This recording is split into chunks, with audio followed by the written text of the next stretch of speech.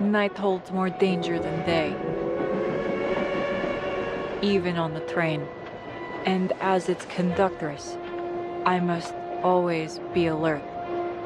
I can't let any issues Nice stamp. Got ink to spare for me? slip by. Didn't know these kinds of patterns were your style. It's cute. It was Ima's idea to reward child passengers for good behavior. You mean to say that you, the lone soldier, are handing out well-done stamps to kids? Maintaining order on the train is one of my duties. And these knitted toys? One of your duties too, I take it? Just pastimes. It's how I take my rest. Rest? Well, if you really want rest, you should get a decent sleep. It's the only way to clear my mind. At least for a time.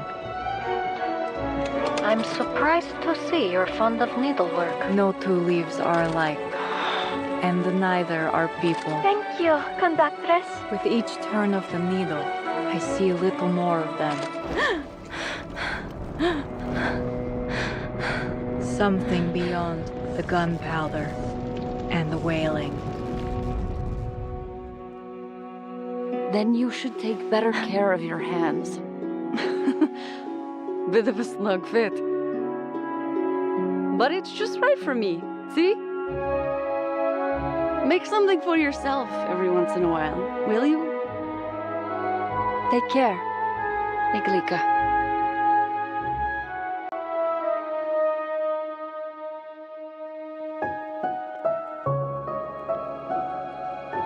Yes, Captain Nusha. I will.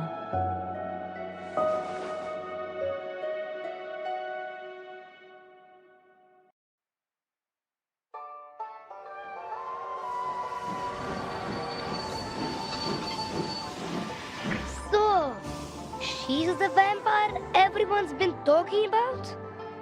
Uh-huh. That's our boss, all right. Have you really not heard her story? Well, guess I'll just have to tell it again. Deep in the forest, the castle stands tall, where you will find the vampire's hall. Sharp fangs, pale face, there goes Nicola, and of course his younger brave sister Rupska. Eyes red as blood, a shadow in the night. She wakes the dead, returning them to life. Eyes red as blood, a shadow in the night. Darkness and demons, but her no fear or strife. Vampire, vampire. They feast on blood, so they may live forever. Rupska, Rupska. She plays her keyboard when the light is drowned. She raised up her lost one from underground. Danky Monday when we're spread far and wide. Go to Rubuska, the vampire brave and kind. Broken homes, broken souls, they beg, she casts a spell to rebuild their lives and raise to one bell. Eyes red as blood, a shadow in the night. The dead were awake in a joyful reunion. Eyes red as blood, a shadow in the night. Just as they used to, their souls danced ever on. Vampire, vampire. The brave, kind, and generous vampire Rubuska. She resurrects her home come the next full moon. She'll live forevermore and to see her soon, for she cared for everyone under her great tune. Oh, be careful. You mustn't get too close to the candles. You're not crying, are you? A mighty vampire like me never cries.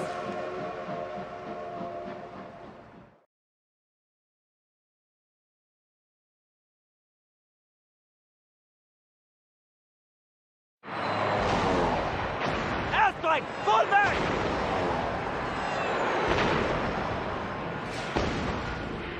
What is that?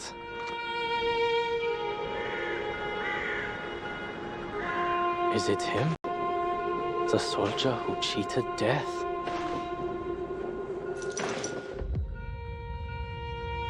We saw how you crossed no man's land unscathed. You should really join the stormtroopers.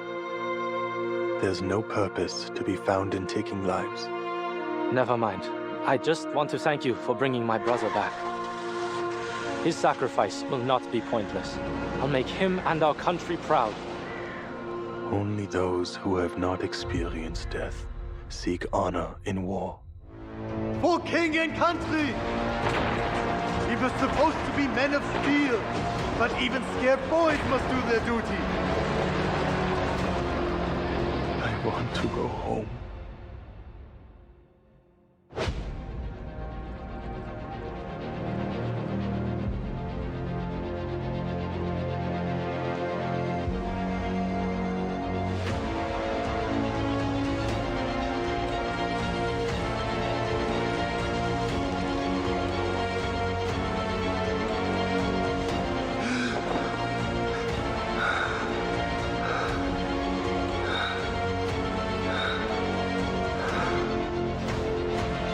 This body is a vessel of suffering.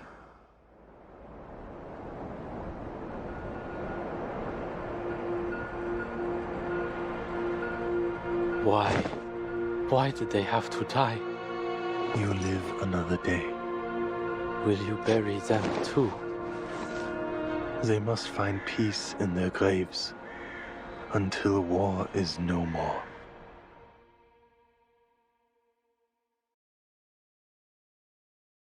My crew is big and it keeps getting bigger. That's 'cause Jesus Christ is my... Okay. Isn't all that scary. When the moon was full, it Okay. shone even brighter Welcome than the in. castle Who's here? banquet. Welcome here, Tin and Lou. Welcome But here, the Sir steaming Vancine. Welcome platters of in, food, Anak. Welcome in, singing, Decaf. dancing. Hello, There wasn't everybody. any of that. What are we doing today? Only Today we silence are and sadness. Corvus story. Yeah. Oh, it's Monlik's birthday party. Look at that. Hey, old man. Oh, damn. I'm not that old, though. Oh, also, Happy New Year's to everyone. I think everyone should be the New Year's by this point, right? Surely?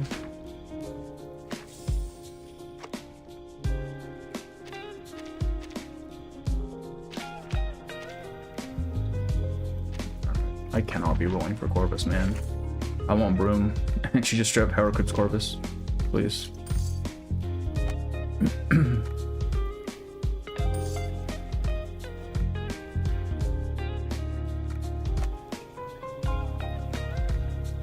I'm not. Oh, wait, no, I do it. No, I don't. No, I don't. If the night is the shadow of the sun, then could DNA we was say sort of that running, vampires download the are the rushes and shit. shadows of Yeah. people? I'm hoping that I mean, DNA is People get scared of their like the own next update will be shadows better just because sometimes, all of the don't they? extra stuff is out, finally done. Like the setup stuff is done. So hopefully, right? It's New Year. It's New Year's Eve somewhere. Exactly. Yeah. You don't. Oh, I do read them. I don't read them aloud because I don't know why really. I speed read them. Actually, I don't even know how to look them up after the fact. Okay. Puppet's my favorite event. Always remember we can do to bring it. Oh, Chef God. We have Herald of Death. Oh, thank you, people. Didn't know none of the brother. It didn't matter. Yesterday's the Duet Night Abyss story was so fucking bad. It actually frustrated me. Like towards the middle of it, I was just like, "Fuck this! I'm going to speed read this. I cannot be bothered." So hopefully it gets better. Like I'm used to seeing 1.1 patches being kind of dog shit, so I'm not gonna hold it against it too much. But still, it is rather frustrating.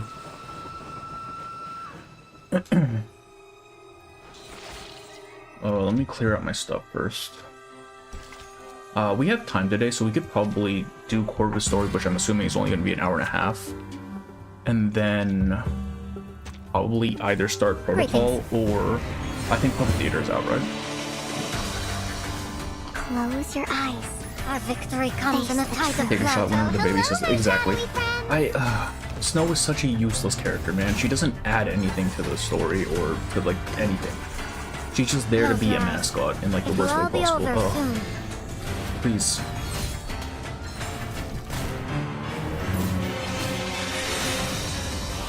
Speeder them got us at dawn to... Pride goes before the fall. Wait, I've been there. You better take it. Can you at least describe to me what frustrated you? Okay, so you know how, so it's a new region, right? So the primary thing is, you in a new region, of course you're gonna expect some setup, you're gonna expect some backstory. The thing is, it was an hour and a half of just backstory, right?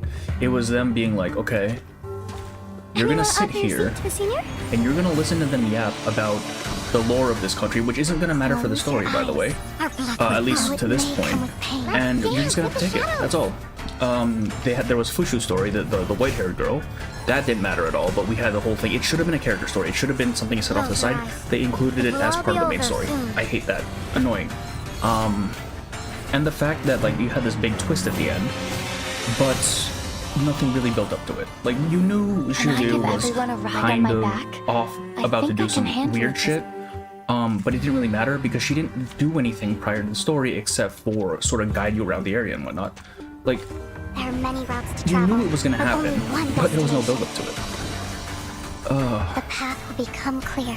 It was just so poorly put together. It's like they had this idea of what, I forget what the place is called, of what the region should have been, and they just mashed all these ideas together, and then decided, alright, we're gonna send it, without any thought of how it's gonna fit together, or whether any of that is actually relevant to the main story they want to push. It's so frustrating. Pride goes before because the I could fall. see a story in I've been there. there. It's just they didn't focus on the parts of the story that were important at all. It's kind of the same issue I have with 1.1 Reverse, actually, where it feels more like they were trying to advertise their characters more than actually put together a good story, if that makes sense.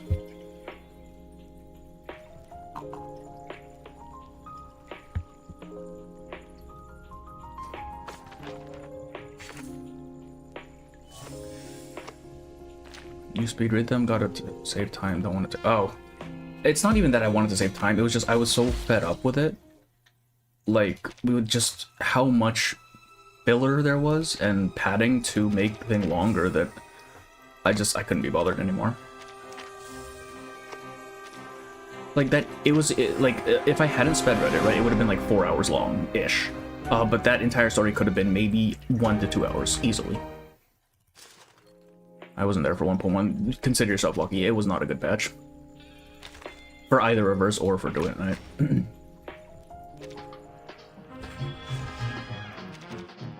The cemetery wasn't all I need that to scary. do, When the moon was full. this thing.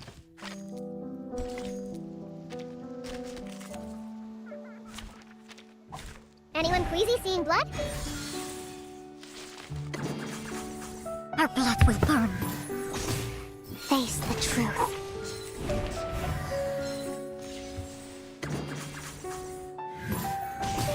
Though it may come with pain.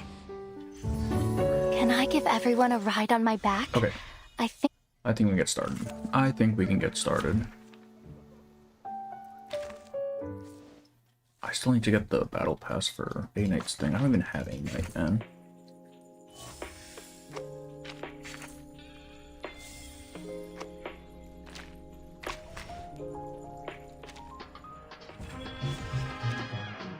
If the night is the shadow of the...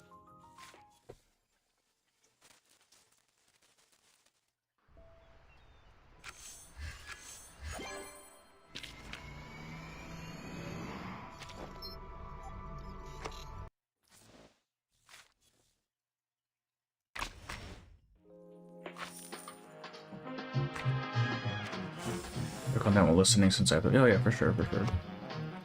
I don't know. I'll have to figure out what we want to get to after. It's either Protocol or the other one. Alright, Cold Steel, right? That's her? Yeah. Let's do the survey first. As always. I don't even know. I know she's Dynamo. I don't actually know what she does. She's DPS, right? Please stand behind me.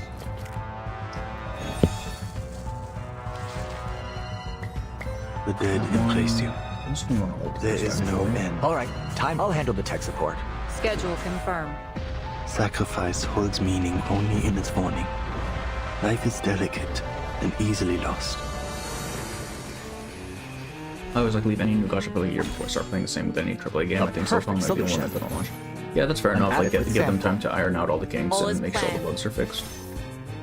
Personally, I'm impatient, man. Like, I'm still waiting. 20 more days. 20 more days, and this channel is just gonna be all fucking Enfield, I swear to God. Interception detected. I cannot wait. I heard Corvus takes like 12 to 13 turns to ramp up, so she's amazing. Oh, really? Does she at least like serve after those turns serve better than Lucy does? Because otherwise, I don't really see what point why would you use them. I don't even know what this woman does. It stings. Leave it to me. Schedule confirmed. Mother, okay. Welcome in, Bones. How are you? In my sights. Please, take good care of yourself. Expedited. Ooh.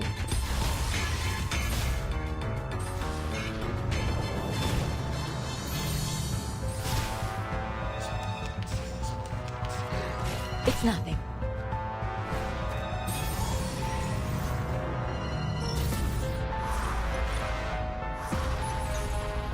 I'm assuming I just want to make sure her channel stays up, right?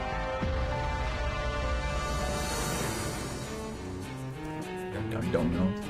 A perfect out. The clock is ticking. I should move this first. There is no end to A perfect. The clock is ticking. And fucking shield us, I guess. I would not shield up, alright. Cool. Load it. Leave it to load it. It's supposed to be better than Room when she gets ramped up. Yeah, I figured. Yeah, I've heard that Room is maybe a little bit unbalanced. Wait, did I put in that code or did I get distracted? The Herald of Death. I think I might have gotten Enumeration distracted. is a last resort. But sometimes it can work a miracle. Okay, so from what I've seen of the betas and stuff, and my friend actually got into the beta, I'm so pissed. Because he would just message me every day about it. I'm like, God damn it, man. It looks very good. It looked very, very fun. Power from the soil. Miss potential Corvus. I don't know. I mean, there's always the potential of them being better once they get their euphoria. Because, I mean, you just have to assume they're gonna get it, right?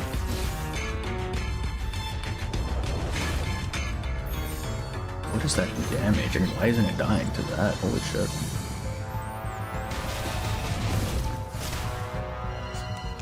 Man, I can't wait for 3.2. Besides just the characters, just the whole, like, thematic of, like, this fantasy urban sort of design. Because I don't think we've had that in a while, have we? With just, like, this more, not modern day necessarily, but less fantasy. It leans less into the fantasy aspect. Leave it to me. All right, time. Really I'll handle the tech support. Fair minute. It stings. In a second. According to my calculations, I'm assuming she has like these sewing stacks, right, or something like that. Planned. Is that what she wants to build up? Well, okay, I'm seeing big fucking numbers here, so something good is happening.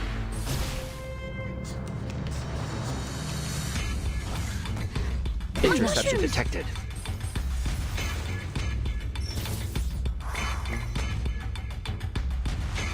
I'm here. I'm still not sure what Ezra is supposed to do in this team. Look, I know he has a shield, but goddamn. Schedule confirmed. It stings. An amazing discovery. What's a good emoji you would add for? Oh, Epstein. An accurate the one with the glowing eyes and like the thunderbolts. Right on target.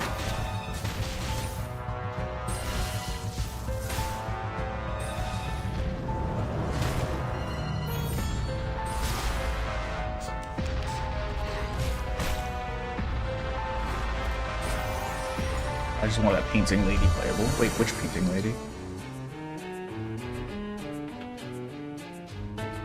Wait. Am I forgetting someone? A perfect. The clock is ticking. Dude. Leave it I to like me. how her ult is just her aura farming on top of the train. It's kind of funny. But sometimes it Make can one work a send miracle. DMs. Signal Alright. confirmed. Ready to depart.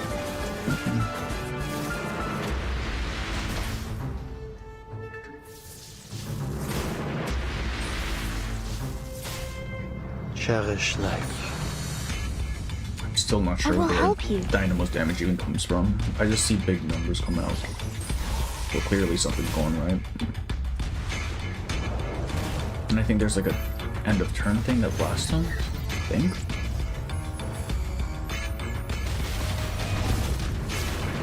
Yeah.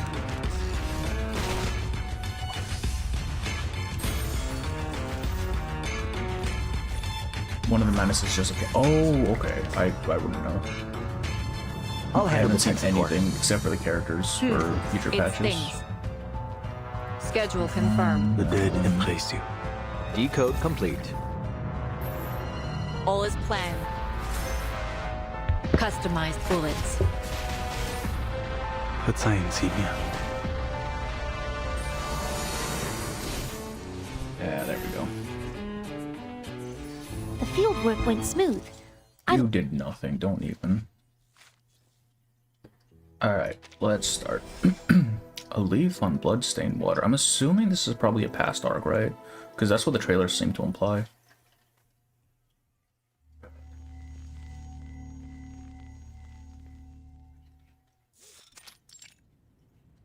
Yeah, see, we're not on the train. How long will I stay this time? Oh my god, it's baby Corvus, look at that. Oh, this is the workshop from the Ezio event, isn't it?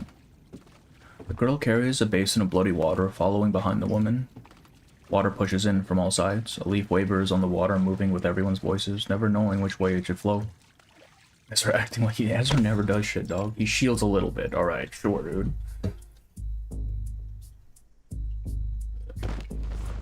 It's got nothing to do with me. She's just a stray. The crowd stands as sullen as gravestones, eyes peering out from lowered brows, as if keeping their gaze down might let them slip past disaster.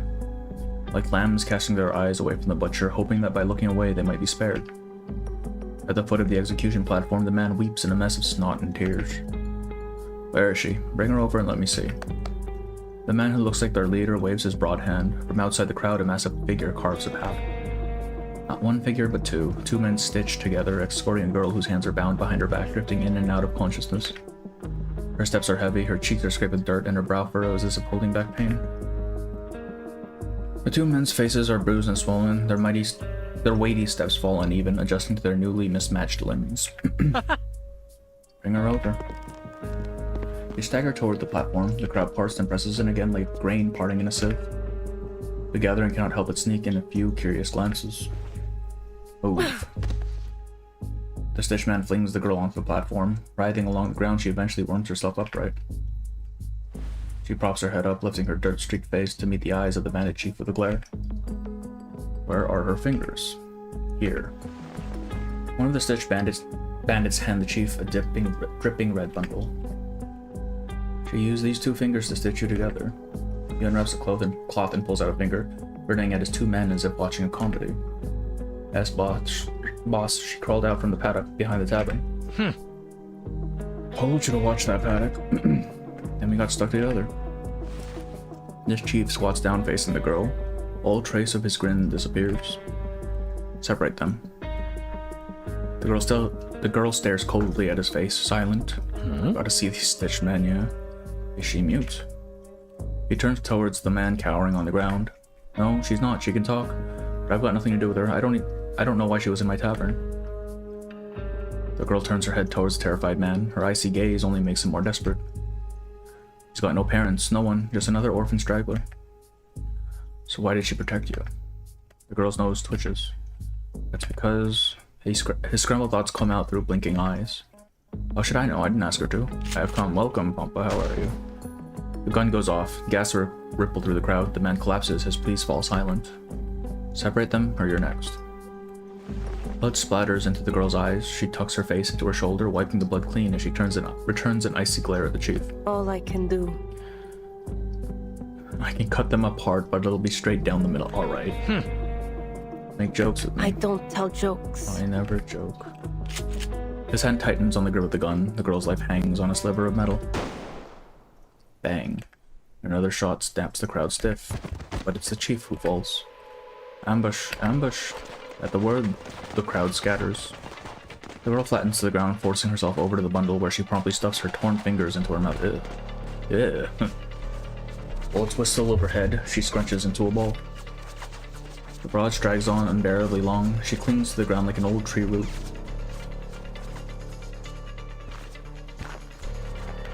At last, boots crunch closer through the din. Wow. The girl lifts her head and now she sees a long-haired woman dressed in a gorilla uniform. She gives the bandaged chief's lifeless body a solid smack with her foot, then turns her gaze towards the girl kneeling on the ground. Oh. You still alive?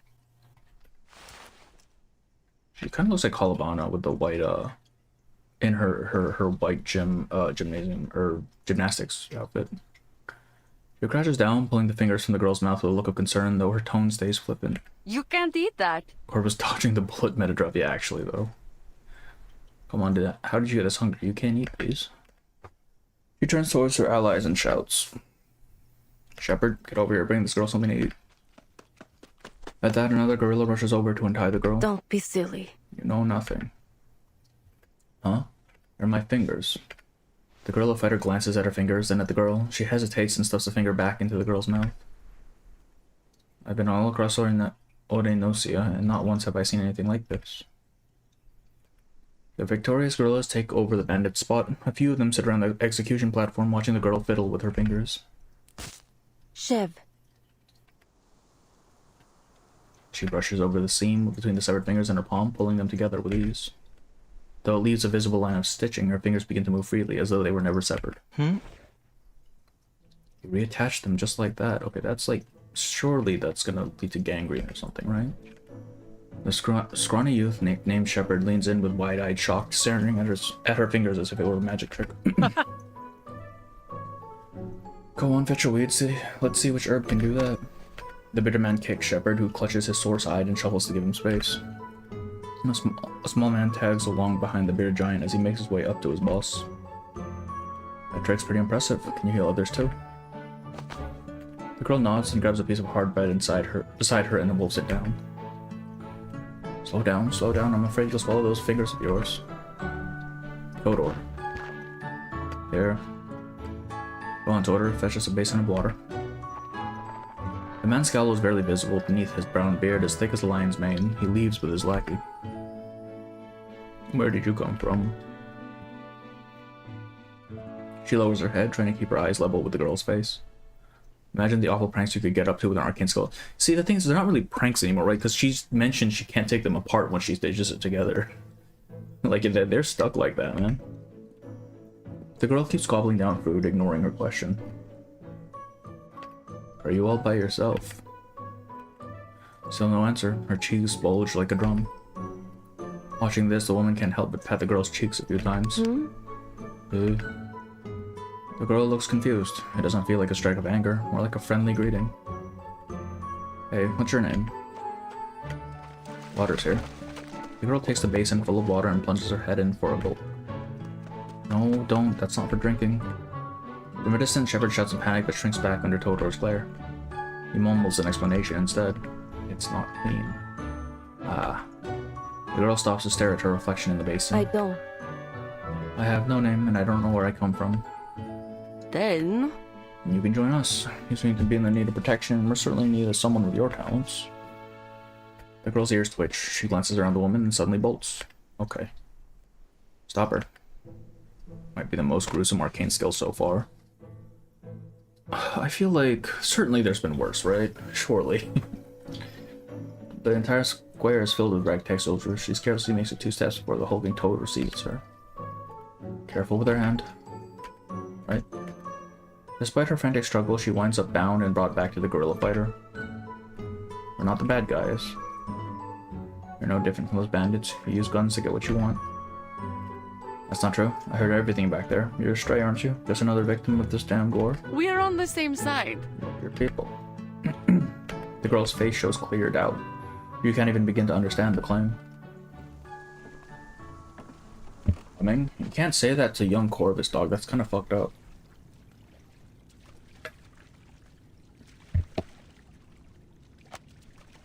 The girl carries a basin of blood water with her hands falling down. Okay. She lowers her head, watching it ripple with each step she takes. The water stirs up against the basin's edge, splashing briefly, only to rebound and stir it even more. I won't. Won't bleed for them. I protected that tavern keeper. What I get? I don't need you to fight for them. I only need you to keep us alive.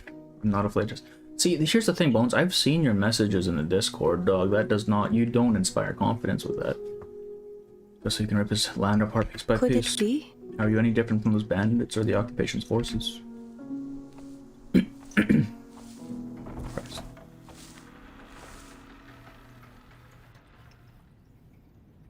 This is our home. And it can be your home too, Iglika. You don't have to wander anymore. My name is Not Iglika. rat, not slave. Iglika, that became my name. Wash the blood off your face and hands and pour out the basin. Totoro will fetch you some fresh water later so you can bathe. Iglika sets the basin down on a crumbling table. Her shelter is an old gatehouse, damaged in some forgotten battle, but still able to keep out the wind and rain. I won't go to the front. I'll only treat the wounded you bring back. That's our deal. Shepard lurks at a distance, both eager and fearful, eyeing the new doctor in their ranks. I never break my word, but since you've joined us, you'll follow the rules, and you'll address me properly. Yes. Captain Nusha. We're going to make a little home of our own here. I can be Bones' lawyer. Yeah, good luck, Bones. To a little girl who grew up displaced, who never knew care from anyone else, that promise almost felt real. So I'm guessing it did pan out then, huh?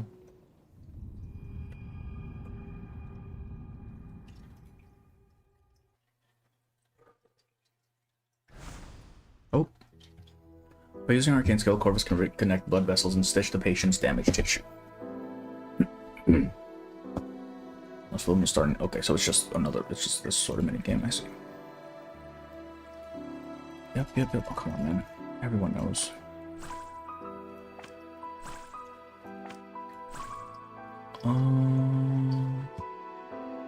Actually, oh wait, no, I want to go all the way down. Shit.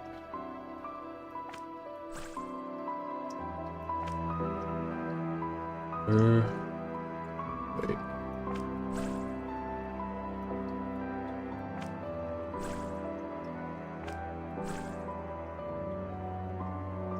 I'm assuming they both need to connect, right? What?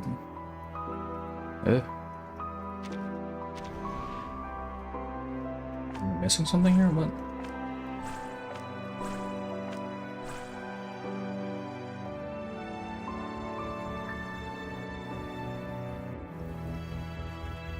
Same but different minigame. Well, I'm just wondering how this is even supposed to work. Because I'm assuming I need to connect both, right? Like, surely. Or no, not even, because this one ends here. Can I guess I don't? Oh, you don't? That's kind of weird. Alright, sure. The sutures. Literally just came out, yeah. Yeah. It's not that I needed help, it's just I thought you had to do both ends, which would have made more sense, I think.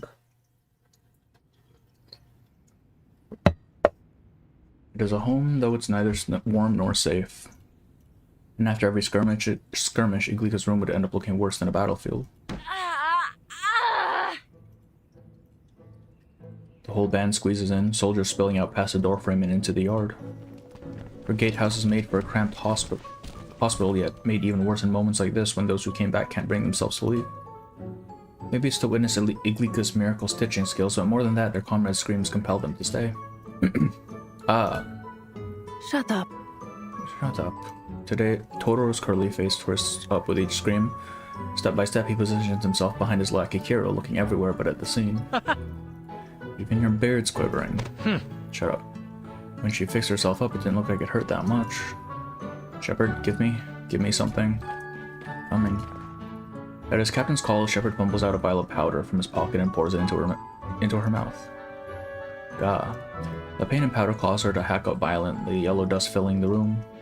Stop moving or the seam will be crooked. Seam will be crooked. In the chaos, Iglika alone stays calm, cold even, like an icon carved from stone, untouched by feeling, untouched by the cries around her. She cradles her captain's severed arm and stitches with precision. You'd think they would just knock him out at this point. The spark flashes from Iglika's fingertips and the arm pulls back into place. A ring of stitch marks remains around the joint. It's done. It's done. With the treatment finished, she gestures flatly for the next patient. Nusha staggers to her feet, pain eased but not gone, and two fighters rush in with the boy missing a leg. How are you, Captain? Seeing her stumble, Shepard hurries to steady her, only to get kicked away. You're supposed to pour it on the wound. My tongue's not. Oh, alright. The troops clear space as they move Nusha off the table, leaving Iglika holding the boy's severed leg, measuring it against the stump. This leg. It's in yours. Bro. What does it matter? A leg's a leg. No. Hey! What do you mean no? It's a leg. We're running out of time. They'll die. Oh, right, rejection. Iglika lands her cold eyes on the two frantic adults beside the boy. It is not permitted. You can't just defile someone's body like that. Death's grip will come for him, seizing him with ice and fire until he breathes his last. The two men look ready to argue, words tripping on their tongues, but in the end they swallow them. Shoot! What are you all standing there for? Go find the right leg. The guerrillas rush out, leaving only Iglika with a dead limb in her hands. This is the last of the wounded. Everyone else has gone out to search for his missing leg. Iglika seems to realize once again why she's always alone. Nusha shoots Iglika, pulling a twig out from her hair and poking her with it. Oh. Her thoughts are broken by the childish prank, and she returns Nusha an annoyed glance. Your Thomas come. Yeah, he's supposed to be the medic, right? Like, what the fuck, dog? So the little doctor does feel pain. You didn't show a single expression while you were stitching me. I couldn't handle it. She mutters to her men, waving them out of the room. Go. If there's any news, come back and tell me right away.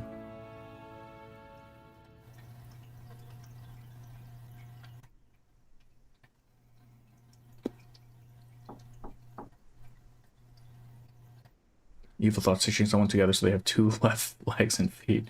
Yeah, get fucked, I guess. Can't fix that. Even on calm days, Iglika's gatehouse is never truly quiet. No amount of cold, detached glare seems to stop them from arriving. When I was studying at the military academy, my hometown was raided, and they said they'd keep me enrolled. The headmaster is still waiting for me to drive these bandits out so I can return. Do you know what rank I'll get when I finish? Major. Whenever Iglika even gets to this point, he gets shifty, and the metals pinned to his chest jingle with the movement. We don't even have artillery here. This arcane skill gets scary the more, yeah. She can just put things together, man. It's kind of fucked up.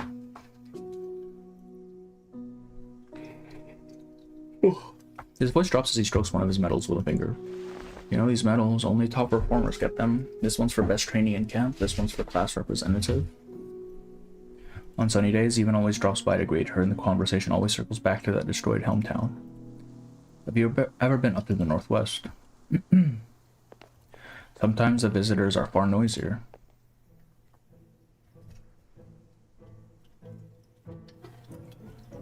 Best place in the camp. Telling you, you got quite the setup. My boss had his eye on the spot first, you know. Then... Shall I give it back to you? Like I said, the most gruesome so far. She sits at the table near her bed like a sentry waiting to receive every visitor. Keep it. I've already found a better one. He folds his arms, playing at authority, pacing Iglika's room and examining every object in it. Hey Hydra, isn't that mirror you dragged back from the battlefield enough to admire your beard? Why are you poking around in Iglika's room too? Gabriella's clear, teasing laugh makes Todor's face turn liver red, so Kirill rushes to the doorway. What are you saying? Don't talk nonsense, go stitch up your uniform. The little firefly Kirill is always faster to react than his heavy-set boss. Todor's face flushes as he stuffs his big hands back under his arms, pacing circles on the floor. There isn't even a mirror in my room. Bam. Todor pulls a small mirror from his coat and slams it down in front of her. I know it. My little sister could never be without a mirror, and neither should you. He stumbles over his words. He's about your age, just use it. Come on, Kirill. Fine. The two leave just as noisily as they entered. His head looks like it's about to explode. He's trying to be nice, come on. Remembering Todor's flushed face, she thinks he ought to look at it himself. But the little mirror only reflects one of Iglika's eyes, never the whole of Todor's red, puffed-up face. If it really does explode, don't expect me to stitch it back together.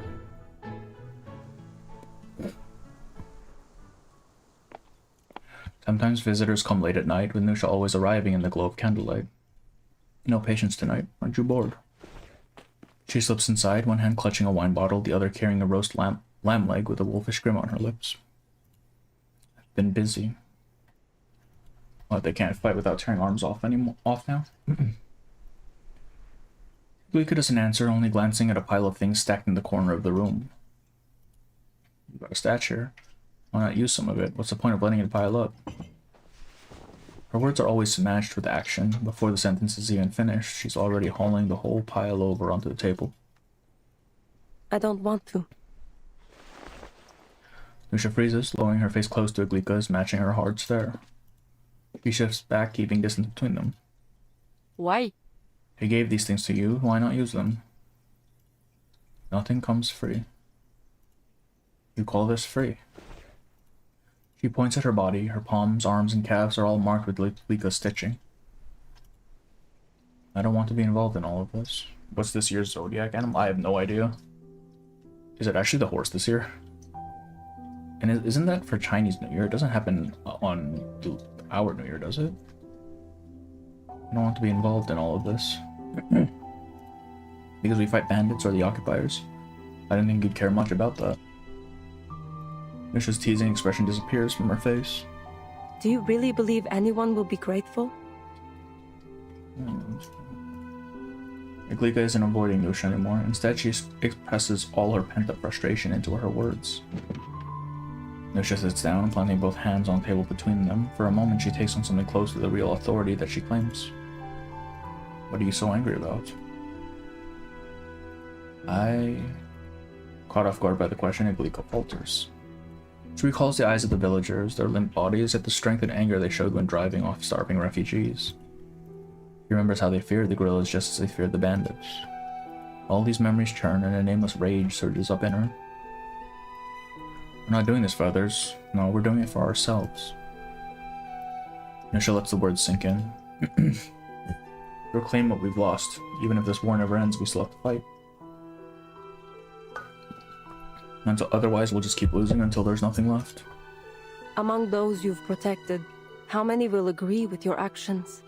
Don't try to recruit me. I don't believe in this fight, and I don't believe in allies either. We're just a bunch of violent people thrown together by temporary interests. Call yourselves liberators, conquerors, or murderers, I don't care. That night ends on a bitter note. Let me spell it out for you. Those guerrillas treat you well because, one way or another, this war has taken away their own children. You are a living reminder of why we fight. And look at these marks. Nusha rolls up her sleeve, revealing the stitches Iglika left behind. These stitches run deep. Whether you like it or not, you've already bound yourself to us, up with us. Iglika stares at the winding scars across her captain's arm, a phantom itch prickling her fingertips. A bond? The only thing holding us together is this room and the meals we share, nothing more. Not everyone is as naive as you, and I'm long past the age of believing in fairy tales. I only offer my skills because I want to be alive at the end of the day. It was never brotherhood that kept me alive. Iglika looks up again, realizing how close she has gotten to her. She throws back her head in a laugh and carries on. You smell like Gabriella. Did she wash something for you? What? Don't worry, it's hardly the worst smell around here. Iglika half jumps as she sniffs her clothes, but Nusha stops her and soon after takes her leave. Ridiculous. They throw themselves into danger and death chasing after a dream. A foolish excuse to pat themselves on the back.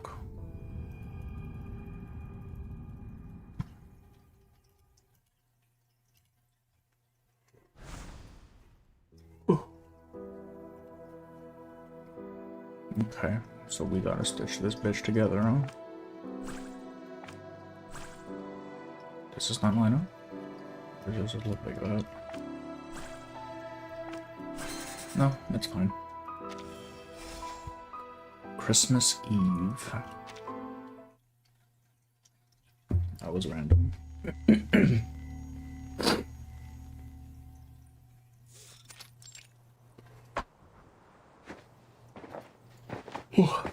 Winter blows cold and quickly, the evening snow binding this poor town to the endless, distant east. Something faint and hard to name takes shape. Somehow this day is special. Nisha sits on a rooftop barking orders while her soldiers bustle in and out of the base. Iglico leans alone against the guardhouse outside, watching them dress up the ruins around them with scraps of holiday cheer. Regardless of the reason, their fight continues on over the next year, and over time their little forces gains a new name. The Tin Soldiers. Because of me. They had almost forgotten what death meant. No matter how deep the wound, as long as they were breathing when they reached my table, I could put them back together. My stitches spread over them until they looked like patched-up tin soldiers, an invincible army, like something out of a myth. Back then. I only focused on the torn flesh in front of me. I never gave any thought to what it meant. That word, invincible, turns out someone took it as a challenge. Try this pojas, Iglico. And it's the stream of people going in and out. A gorilla steps out holding a red belt. He gently wraps it around Iglica's waist, studying her carefully. You should wear more red, Iglica. It suits you. A bit of white embroidery would look even better. Hey, Mask, how are you? Welcome in. He unties it with a smile and flips away. Now they're out there celebrating New Year's Eve like drunken fools.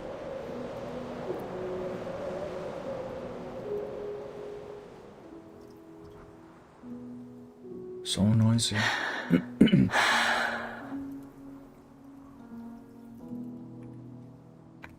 It's quieter here. She brushes snow off a rock outside the courtyard and sits down. After a while, the cold seeps in through her boots and into her flesh. Iglica. The girl turns. Through the mist of her breath, she sees a face, the red belt in her hand shining bright against the snow. What are you doing sitting out here?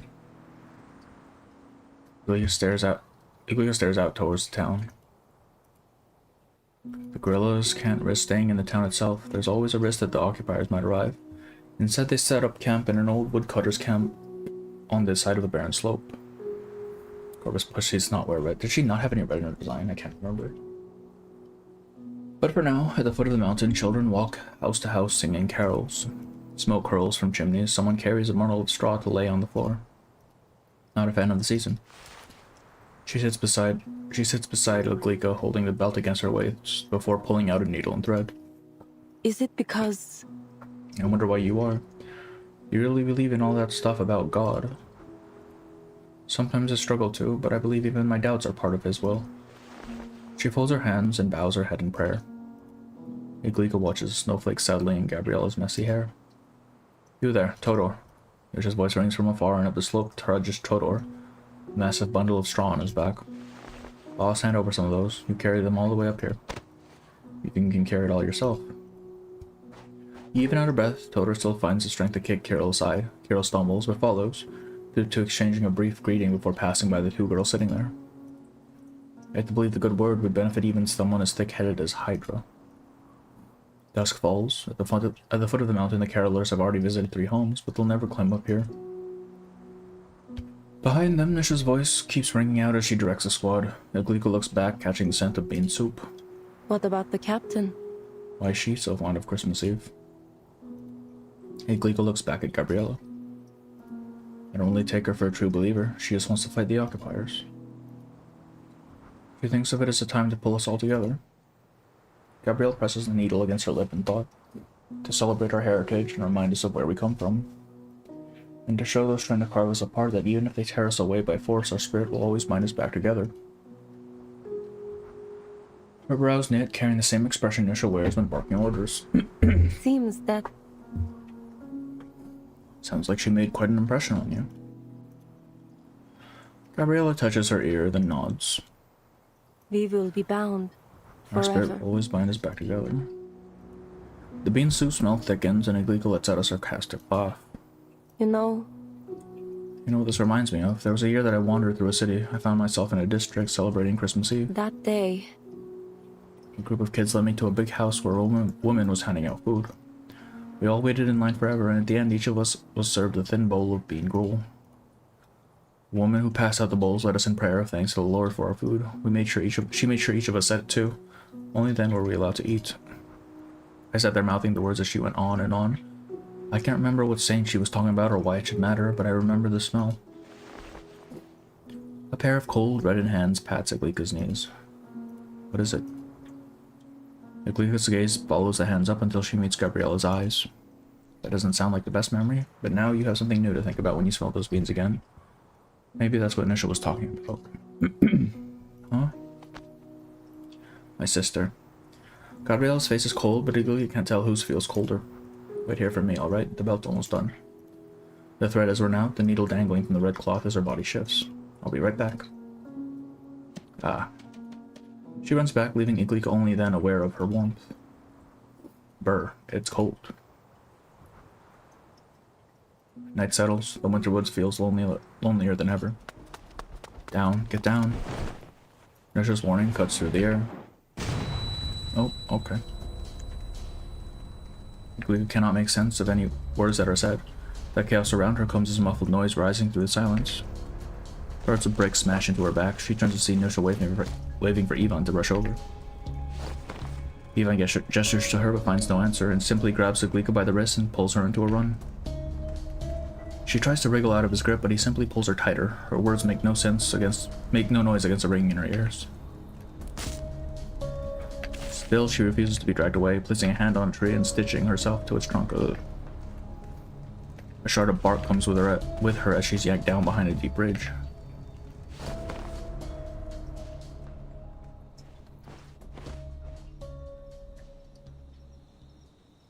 The night is silent, but the scene is unholy. The village is lit only by the dying flickers of flame. Iglika arrives to find Nisha atop the ruins, grimly surveying the seams. Others are digging through the rubble, searching for survivors. It seems not a single one escaped uninjured.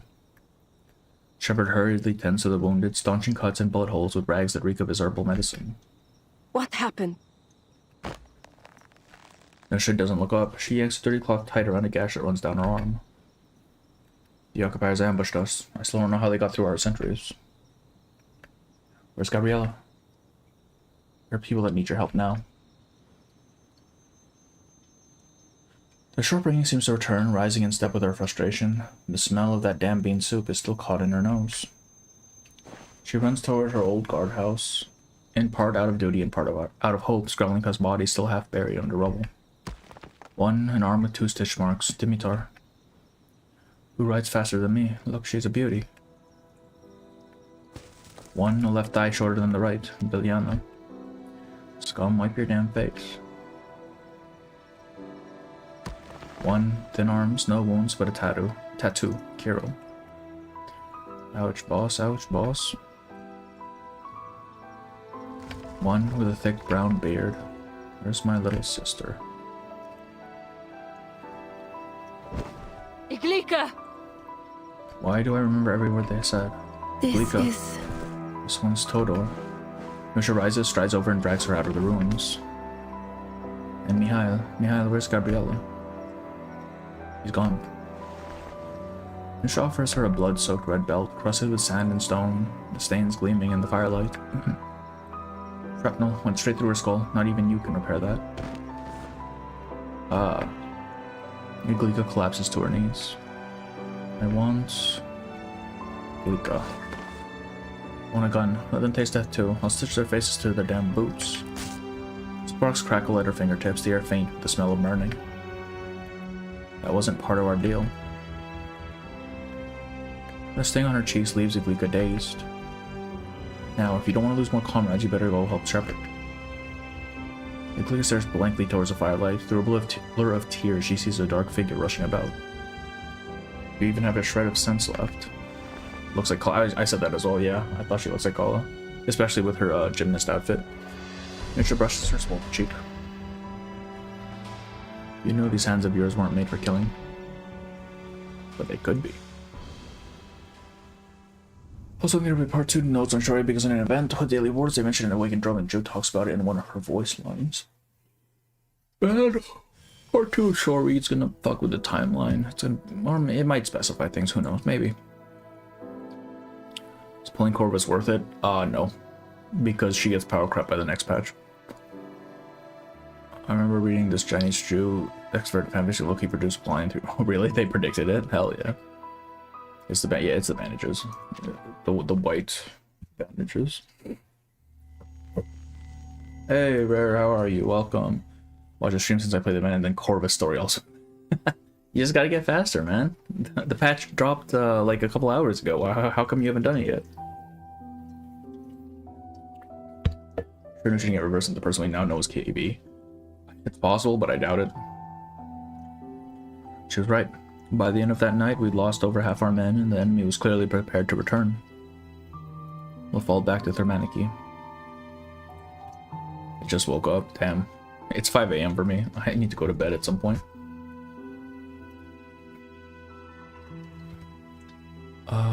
I just now that I've known Corvus gets hard power crept by support. On my knees in that snow and mud, stained black by fire and red with blood, Nusha spoke words that filled me with shame. At that moment, I was sure I wanted vengeance. After I just maxed her. I mean, she's not bad, it's just... there's better options, right? Thermaniki, a rich and beautiful city, at least by the standards of the time. Whenever I think back to it, I can still see the sunlight glinting off the sea. It's like 1 PM for me, damn. Oh, that's right, because you're in Europe. I finished her story, that's why I'm here. Yeah, fair enough, fair enough. Now I know, it really is dusk. Bear, when are you streaming Corvus story? Julia perches on a roof beam, staring out towards a glittering sea. The winter sun leaves the water languid and tranquil, almost like it was made of ice. She's bet you some rain. She's good for mains because apparently it takes her a very long time to ramp up. So yeah, you could use her for mains. She pulls the belt from her pocket. There's a travesty of bloodstains and dirt, but she can't force herself to wash it. Gabriella. Remember you said you'd like to visit once we've won the war, but you didn't win, did you, Gabriella? It was December 30th by the Julian calendar when Nusha brought what remained of their troops into the city. Nusha disappeared. She said it was to report to headquarters, though the notion they had been a part of any formal army confused her. She was left alone in the back streets, watching countless unfamiliar faces pass below her perch. Either tomorrow or something. Sounds good enough, yeah, fair enough. I still have some stuff I need to do for reverse as well. I thought for a while that she must have run away, but 2 days later I heard her voice again. Oh, Zizi, I need to get caught. I still haven't done, the Sons of Caledon main story. Nusha looks rougher than she had before, but nonetheless energetic as she rushes towards her. Iglika. She was like some wild woman clutching a fat rabbit, only her catch seemed to be a stack of rolled up documents. We're not beaten yet? Brother, please, just give up. Just give up, bro. The words barely leave her lips before she begins to stumble and collapse. Or in Brazil. While she rested in hospital, I was tasked to begin recruitment. Rather than... He directed me to a station, though it soon became clear it was far from anything I expected. How many am I currently playing? Like 7. But, like, for the Hoyo ones, I kind of just do with daily logins. So I don't know if that counts. I began to understand this organization was more secretive than I knew. Buddy Fairshot, what? Why would anyone mention him? Oh, fat. Yeah, okay. She finds herself in a church surrounded by young men and women no older than her. Some are younger, none of them look ready. Solemn oaths are sworn and the choosing begins. You, and you. 7, that's a lot. It is, but like I said, most of them I just do the daily logins and leave it at that. And I'll have to start playing Girls Frontline 2 again because they're offering me money to do that. The Chosen march proudly behind him, mimicking the older soldier's steely and grim expression. He leads them to a corner of the underground chamber, a spot where they can look out over the others with a strange and dark sense of hostility. Another steps up, her demeanor entirely different, though no less joyless as she begins her selection. 6-7, 6-7. Arcanus, step forward. Several of the young recruits obey. She quizzes each one about their arcane skills, then takes her pick from them. Other commanders whisper, and then one by one claim more recruits. The numbers dwindle. Those left to be chosen stand awkwardly in the widening space. In the silence, 2 of the elders preside over the recruitment trade glances. One walks up to Glika. Which unit do you represent? Nusha.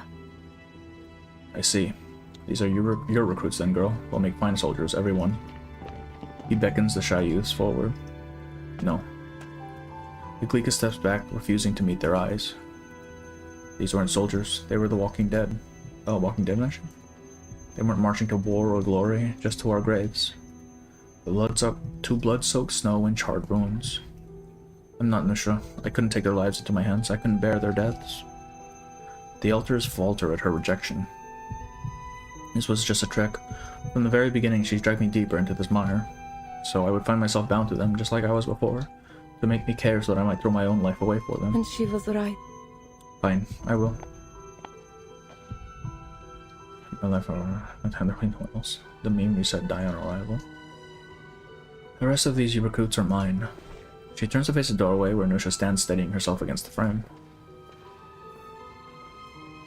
For our homeland. Bro, literally just move at that point. Holy shit, it cannot be worth all this. Permission to enter. Nusha, come in. These are the files you wanted. 6-7 is not dead. 6-7, 6-7, 6-7. Good work. Iglika lays down the thick stack of papers but doesn't leave. What is it? Iglika studies the woman. Calm, steady, too calm. It only fuels her anger. Why? Why did you send me there? I needed someone I could trust, that's all. That's not it. I'm not going to be like you. What are you talking about? You think I don't see it? You wanted me to get attached so that I carry their lives with me, just like you do. Because now... She sees 1,000 stitches running from body to body, a homunculus of corpses wearing her seams. Their quirks, their rambling words, their dreams, their homes. Are you scared? Scared. It reminds me of Billy. Yeah, it does. Iglika lets out a scornful snort, then frowns at her own anger. What is it you're resisting? If I took any lesson from her, it was cutting straight to the point. And young Iglika kind of looks like a younger Greta as well. Well, I have to stitch myself together before you're satisfied. She takes a step back, avoiding her captain's sharp glare. I'm afraid. Is that enough? I don't want to start over. I don't want to lose everything again. I doubt I'll ever be able to feel warm on Christmas morning again. Each body we found, each one sapped some warmth from me that I think I might never find again. And now we just do it all again? With kids? Stupid kids that think war is a game? They have no idea what's waiting for them. A human centipede reference, let's go. Yeah, that's what that is. Absolutely. Iglika draws in a deep breath and looks up at Nusha. It feels as though she's begging for their lives before an angry god. Are you willing to watch them die? For a moment, a flicker of pity passes through Nusha's eyes, but it sinks back into the dark of her brow. They chose to join. There's no one else willing to fight. I won't watch them die. Iglika rises abruptly. Blame me if you like, but you want this too, Iglika. You told me then that you wanted to do your part. You chose to remember them, to avenge them. Iglika finds herself at a loss for words. She slides down against a table leg until she's seated on the floor. Her pocket bulges with that red belt, drooping with her against the ground. You will keep remembering them, and you'll soon remember more. You'll leave your mark on new bodies to keep them fighting. Tell me, do you really want to leave, or did you come looking for the excuse you need to stay? Iglika buries her head in her arms, tears drip into the dust. I'm just afraid, because I want to train with the recruits. I want to. I won't bleed for them. I protect the tyrant given what I get. I put others' lives before my own. I want revenge. I must protect them. I want to protect them. Then you will. Imagine Corvus just human centipeded people. Yeah, let's continue with this train of thought. Damn. Just like Nisha said, I remembered more and more people, but this time I saw their faces first. That made each loss even more vivid. I kept wishing I could mend that red belt, so I started wrestling with her old needle and thread. I guess I ended up with a knack for stitching of more than one kind. Eventually word got around, until one day a shy recruit asked me to repair a hole in their pants. I unpicked the stitches and patched it up, no different than it had been an arm or a leg. In that moment I finally understood Gabriella. From winter to summer, another kind of stitching began to spread across the recruits. Something that brought people together in trust. They left far better scars than the other kind.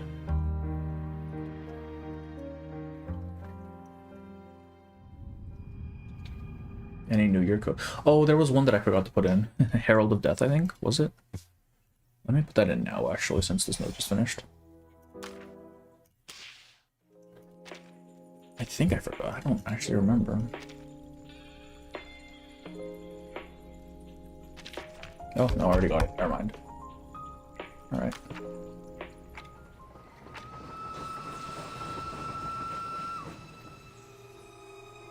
She does have red. I guess it's more of like a... No, that's definitely red. It might just be the lighting. Return to the battlefield. You bought... Oh, I haven't bought it yet. I haven't done anything yet. I haven't even gotten the monthly rabbits. Through long days of training and scattered skirmishes, I began to accept what I had lost and what I would lose. In the end, I found my memories were like hard stone. All I could do was wrap them in flesh and blood, leaving time and pressure to smooth their edges. But no amount of time could quiet the rage I felt at the occupiers who took them from me. This fight was never my cause, not until that cold Christmas morning. But then... But soon, Nusha brought us good news. The final assault is set for August. This battle will decide it all. If we take Sresovo, we can build a home of our own. Freedom, freedom at last.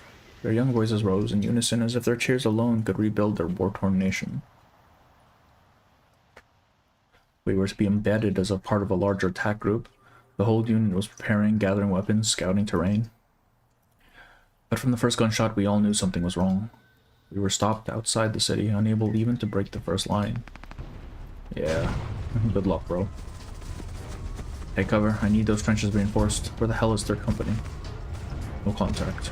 Amid the roaring bombardment, the only way to exchange information is to scream at full volume. And the other companies?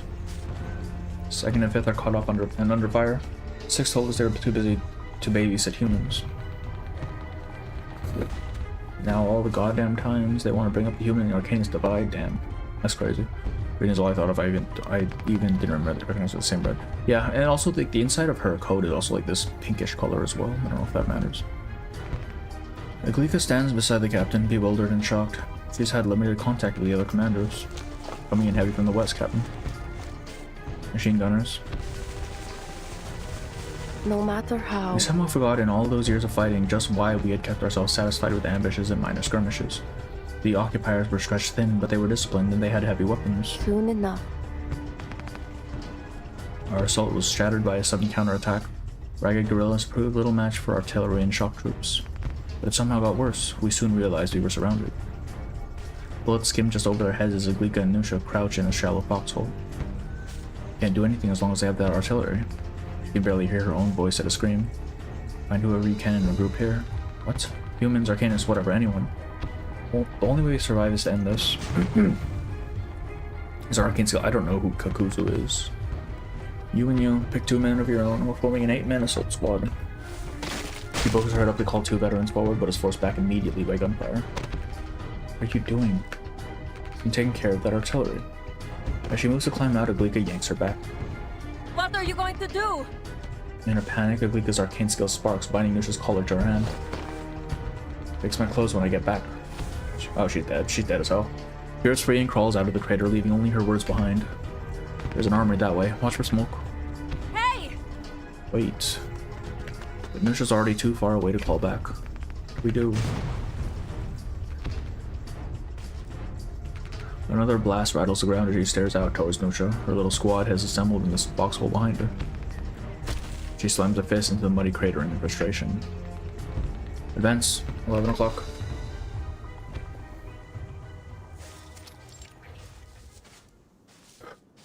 They crawl hundreds of meters beneath the storm of bullets, reaching the walls of a derelict slum. Kakuzu. I mean, I know what Naruto is. I've seen Naruto, I just don't remember which one he is. Halt. Halt. She signals a stop because it's been like years. From the 2nd floor of a ruin, a frenzy of shooting erupts. What is it? We need to get up there. Aglika gestures for the few remaining recruits to flank left and right. They nod, moving with silent coordination towards the building. Once in position, they await her signal. Ready. She mimics a throwing motion, then hurls a helmet opposite their approach. Jesus. Naruto's an old people's man. Man, don't say that. Jesus Christ. Well, to be fair, it was airing when I was still a child, so that's actually kind of true. Go. 0 was 2000. Yeah, that's how time works. The recruits okay, well, they charge in. Oh, okay. I'll take you all with me. Shepard, you. On the second floor, the recruits pin down a thin man who refuses to drop his rifle. At Iglika's voice, his strength gives out and they all collapse in a heap. Iglika. They're dead. Beneath the pile, a muffled sob seeps out. The recruits scramble up, revealing Shepard sprawled on the floor in tears. Around him, empty rifles scattered across the ground. Arabs, they couldn't stop the bleeding. They're dead. Like you said, it'd be better to feed them to the sheep. Where are the others? He just said they're dead, dog. They went south of the city. Come on, we'll bring them back. Iglika reaches out and pulls Shepard to his feet. Point the way. Just like that. So I did all that I could, rounding up our scattered comrades. Not many were crazy enough to join us, but by the time I reached the city limits, we were nearly at full strength. Shh. Avoiding the searchlights, Iglika finds a blind spot. Where is Pyros and all this? Wasn't he part of this whole unit? In the distance, the waning battle groans with sporadic gunfire and constant shelling. And will the captain would signal. He even crawls up from the rear, the searchlight sweeping across the brim of his cap. Surely she hasn't. Shut up. Iglika yanks Shepard's head back down. What's next? Iglika glances at Ivan and then over the small band of unfamiliar faces behind him. Her faces blur in the shadows, but Iglika can feel it. They are waiting for her command. She is the one who gathered them here one by one, and once folded into a group, humans instinctively follow their leader. And now she has already begun mapping out the battlefield in her head.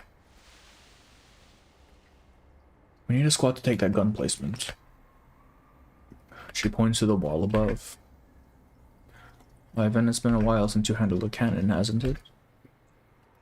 Artilleryman even nods, understanding her plan. Gunfire rattles above them, freezing them in place. Blind them fire, that's all. She calms the others and finishes assigning her assault squad.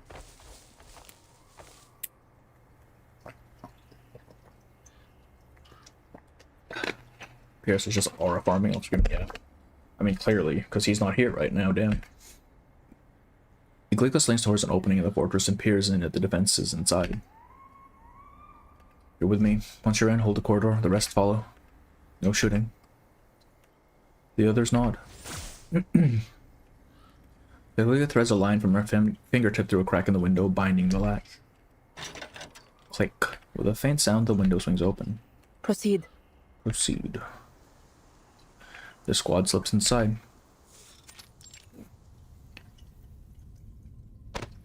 They swiftly take down a few careless sentries, but just as they move to seize the infantry gun upstairs, the iron gate creaks open. Officers step through. They meet terrifying strangers, their smiles vanishing. Okay, well, 2 shots ring out at once. A panicked young gorilla fires and dies to the occupier's pistols. Fire! Full loud. The silence inside had lulled them. They had forgotten the danger they were in. This sudden burst of gunfire jolts Iglika. Upstairs! Hey, it's 1.2. Dodging shots, they cut down the guards and the gunners by the artillery, holding off pursuers drawn in by the noise. From the terrace, Iglika sees it, the barrel of cannon on a distant tower turning their way. Boom. Something explodes in the distance. Boom. The explosions come one after another, too large and too frequent for an artillery barrage, and can only mean one thing. Quick, Ivan.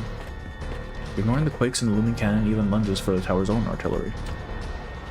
He adjusts the barrel like he'd rehearsed 1,000 times, sees the enemy's hesitation and fires first. Cover him! She orders her squad to help Ivan take the terrace and lay down suppressing fire, letting him unleash volley after volley. Seeing the enemy's fortifications in flames, the Liberation Front rally and renew their assault. Soon they storm into the city. But Iglika doesn't rush to join them. He turns back towards the blast site. Comrade. Have you seen Captain Nostra? She moves against the flow towards the explosion, shouting to every fighter surging into the city. None stopped to answer. Comrades, have you seen Nusha? She should be here. Chaotic footsteps stamp smoldering fires into ashes as streams of victorious rebels leap over rubble to reach the city center. Comrade, she trips. A foul scorched stench hits her nose. She sees where she fell over and gags. A charred corpse, no trace of humanity left.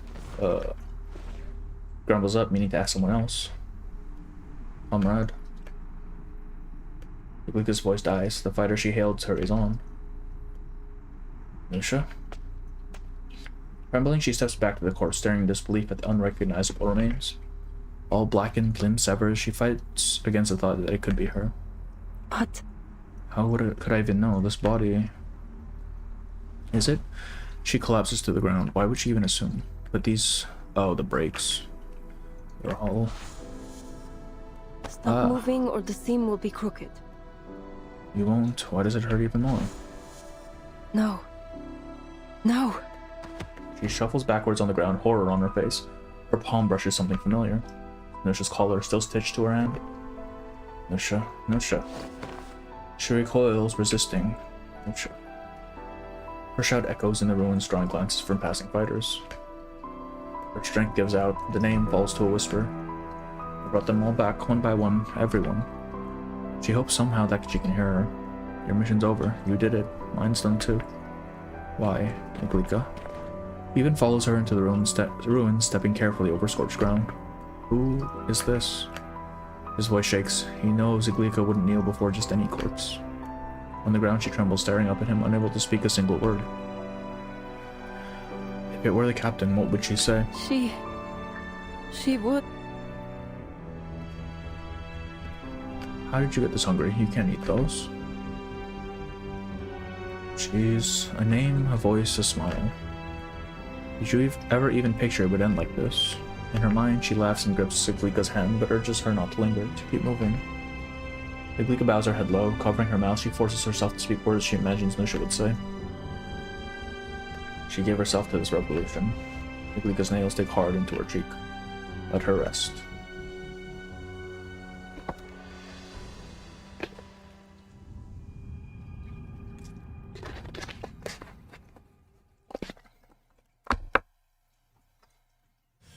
Let's see. Together we stand accepting. Okay.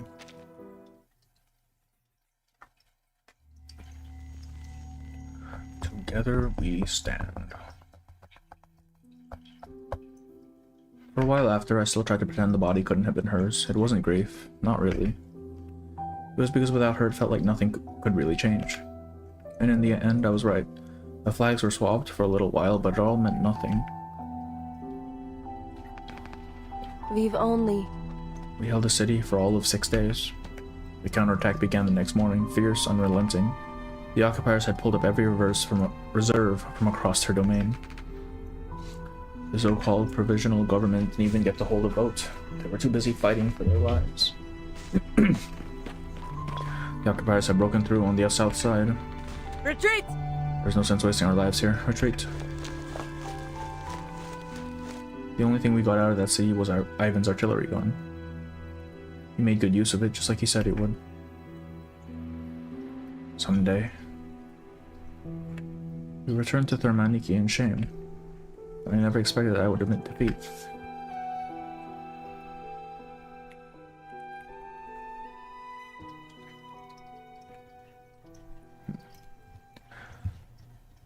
Our cause was already fractured, but by the time that we had settled in, they were turning their guns on their own. What's going on? What happened? At the docks, just scuffle, but it turned ugly. Humans and Arcanists, they had kept an uneasy coalition up until now.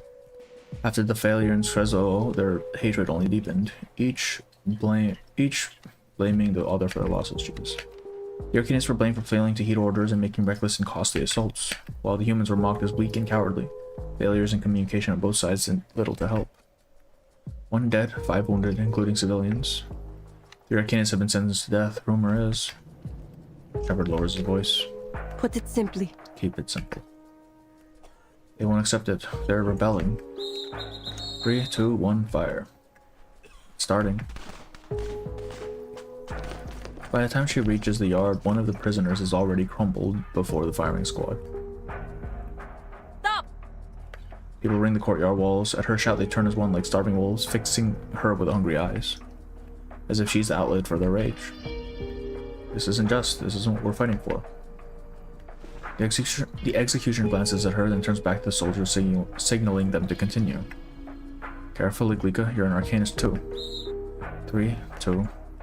You're just looking for a scapegoat. Hold! Wait. No one knows who fired or whose sins the bullet carried. The prisoners on the scaffold are untouched, but blood spurts from the executioner's forehead. We're under attack. The squad swings their barrels and the yard erupts into chaos. Figures rise from the wall. It wasn't a one-sided revolt. Both sides had prepared. Dodging stray bullets, Iglika and Shepard retreat beneath the scaffolding. Those must be Boyan's and Destin's men. They're the top lieutenants of the Human and Arcanist factions. Iglika hasn't had much time to learn about either of them. Tell our people, grab that one and that one. He points at 2 who look like leaders. Take them first. That's wrong. Okay. Okay. How do you even... Oh, I see. Wait. What?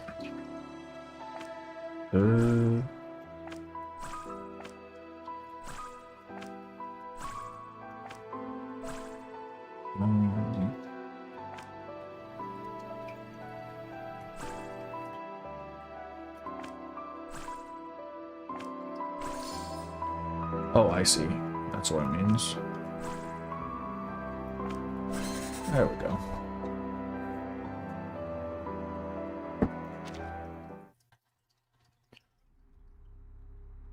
Stop! Ceasefire. She drags the 2 instigators up onto the scaffold and her troops force the factions apart.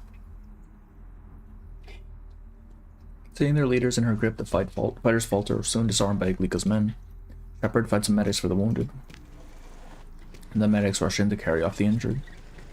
Below, the others stare up at Iglika and their captured leaders, uncertain. Infighting, really?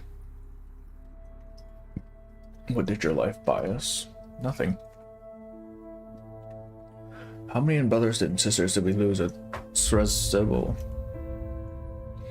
Now your unfinished task falls to me. Dead silence. Do we have any time for this? Iglika's voice rises, ringing out. Where? We are the Thracian Liberation Front. We're meant to unite this land to build a home of our own. We will be bound. Can't forever. beat your death mean nothing. I have to unite them like you did. Can we not all comrades? We eat from the same soil, drink from the same rivers. We live together, shared one dream. Faces of the fallen surface in Iglika's mind, each carrying a piece of home. Wish I'd brought them together, filling the map. How could I watch that map fall apart? Look around you. Our enemies are not here. They're in Srezevo waiting for us. She steps forward, fighters glance at each other, not knowing what to do. We shouldn't! Do you think we have the bodies to spare? General. The gunshot draws every soldier's attention. One of them snaps to attention, saluting towards the doorway. Following the sound, several soldiers escort an older man inside. Though his face shows age, he stands tall and straight. Behind him, a trail of hardened male officer and a languid female. Behind him, trail a hardened male officer and a languid female soldier. Boyan and Vesna. Yes, and that's got to be General Spase. Shepard whispers the name into her ear. They're just pawns. Someone higher up is calling the shots. With Spase's arrival, the soldiers stiffen, fixing their uniforms. Pick up your guns, get out, worthless dogs. The human troops fall into line and march out.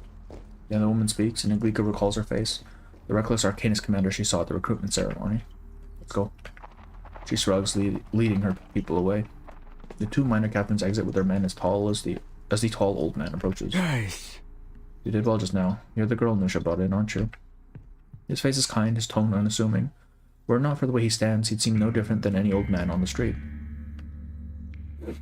She fell in Srezevo.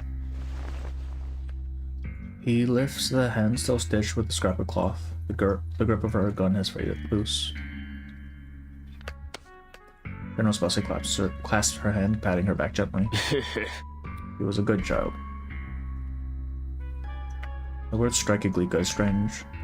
Thank you, child. I do believe the verdict was biased, but I never expected things to spiral like this. Our losses hit us harder than we knew. He sighs. We might well have lost even more to this madness if it weren't for you. You did well. I doubt I was the first of us to hear about this. The old man studies her with a smile. Careful, or that sharp edge of yours will cut deeper than you'll expect. What about them? He points to the two prisoners cowering by the wall. Don't worry, child. We'll investigate the matter thoroughly. When the time comes, rewards and punishments will be meted out, but not now. Her doubtful gaze meets his, only to be softened by his strange kindness. We've already lost too many, and too much is left undone. Too many want a reason for their comrade's death. In this haste, they reach for whatever is near. Our ranks are in shambles. We need someone like you, someone who can unite them again. He smiles with satisfaction. You mean... He gave me command of a force 3 times the size of our old units. And just like that, I was off the Orenosian border. I never learned the final verdict. I was already mired in skirmishes and battle plans. Rumors from the city were few and far between.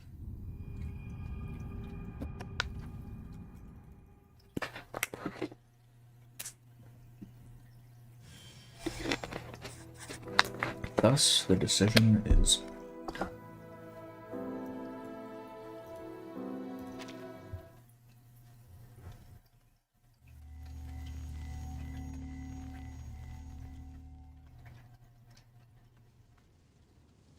I returned to that little border village and I rebuilt the woodcutter's camp.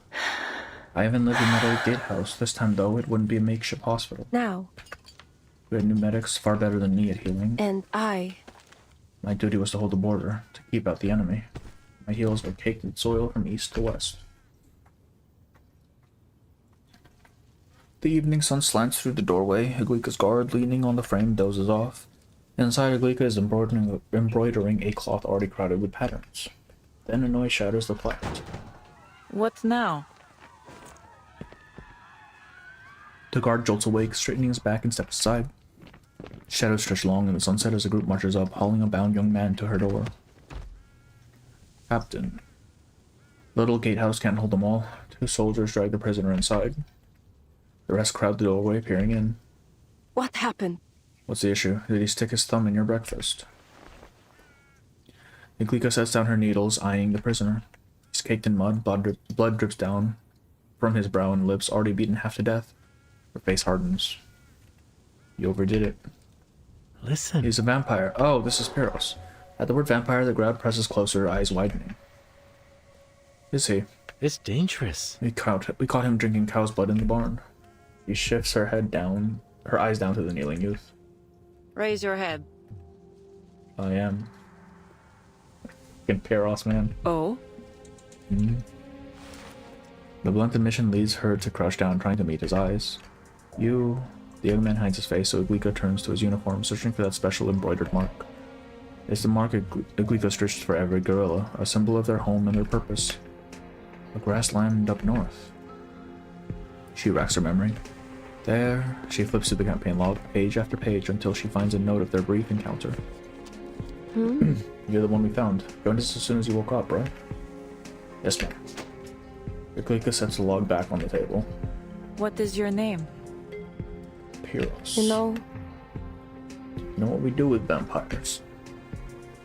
He nods, yet you confess. The man says nothing more. The doorway is jammed with gawkers. The story twists as it spreads, drawing more onlookers. Hey! Back to your duties. I'll handle this. He rises, scolding the fighters pressing their heads inside. Out. Go or I'll stitch you all together. Damn. Captain, whether out of concern or hunger to see the vampire's end, the soldier lingers. After a pause, he too is driven off. Alone at last, Iglika unties the ropes. Let's talk.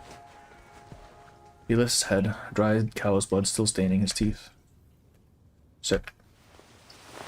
He eyes the stool she points to, but though he rises to his feet, he doesn't move. Why? Why bother joining us? I didn't have any special reason. Even without the war, I don't have any home to return to. And then that would take me. Moving with the guerrillas, hiding a while longer is the best I can do. He rubs the scab at his lip, fingers reeking of dirt and straw. Have you killed anyone? Piros shakes his head. Oh? How do you handle your need for blood? Cows, sheep, it's enough to get by. Sometimes I'll drink from dying enemies, the kind beyond saving with or without blood. But the dying have a rotten taste, hardly better than cattle. And what do you plan to do now? At the question, Piros freezes. Me, do I have a choice? If I don't kill you, what will you do? Run. I would keep running until I find some new hole to hide in. No thought of leaving peacefully alongside us. Huh. You can't help but laugh. Just because I've fallen so low, don't think that my kind are soft. We are predators and you are our prey. How could there ever be peace between us? Is it truly not possible? She holds an expression at once firm and sincere. Piros looks at her and remembers the sting of the sun that day. If I said that I had killed people, would you still think this way? Iglika frowns. If you've broken the law, then the law should judge you. I won't condemn you just for what you are. There aren't many that think like you. He folds one arm over the other as if the ropes were still there. But the vampire's body bears no marks on the ropes, nor even the wounds he bore when he first entered. You're naive, but you expect your people to sleep soundly next to a live bomb. Oh? Are you a bomb? Piros steps back. I am not. But what? You joined us, didn't you? I don't abandon my people. Piros hangs his head. Do you enjoy playing the saint, or do you fancy having a vampire for a pet? Iglika runs circles in her palms with her fingertips. There's no trace of fabric there now, but she still remembers it.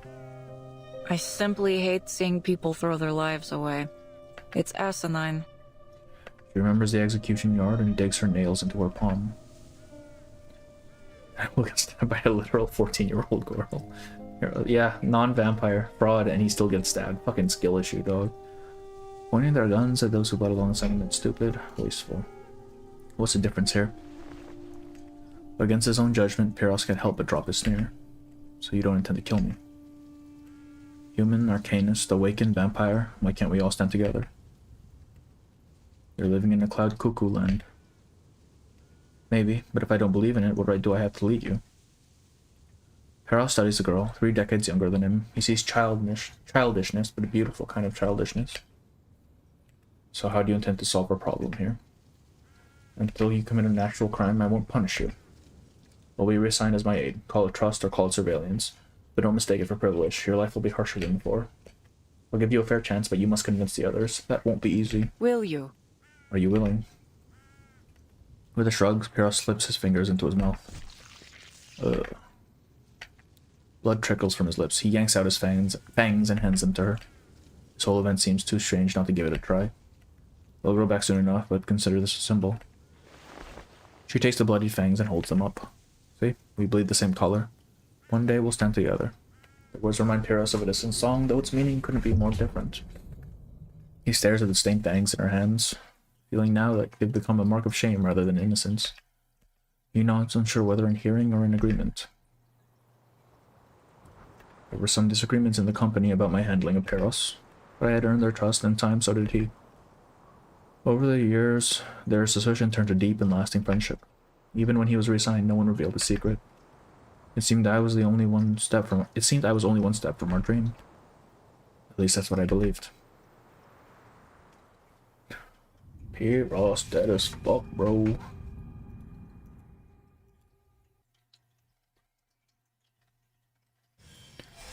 A new dawn.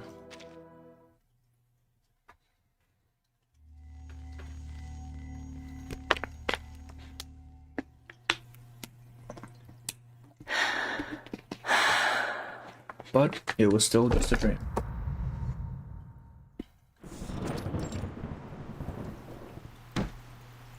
What? Peace talks, so we're just giving up. He'd grown to despise the general's ever-kindly smile. Maybe this is the best outcome. We need to look towards an acceptable compromise. Could it be? Freedom from our homeland, wasn't that the entire point of this damned war? We haven't abandoned our goals. We've been promised greater autonomy. In word only. This has always been the work of generations. We bled long enough. We'll sign the treaty, but our fight will go on. But... And the empty promises of old men. What became of those condemned arcanists, General? Mind your words. Their files are in the archive. If you care, you could have checked. The General's sharp reply chokes her. Spiteful words hang on her tongue. Jesus. I won't. I agree, and neither will my troops. Folly of youth. I'd hoped giving you that command would teach you responsibility. His acrid words form a crack in the facade of kindness, but Glika doesn't flinch. She leans in close. We're already rebels, General. For that she turns, offering no salute, leaving the loathsome place behind her.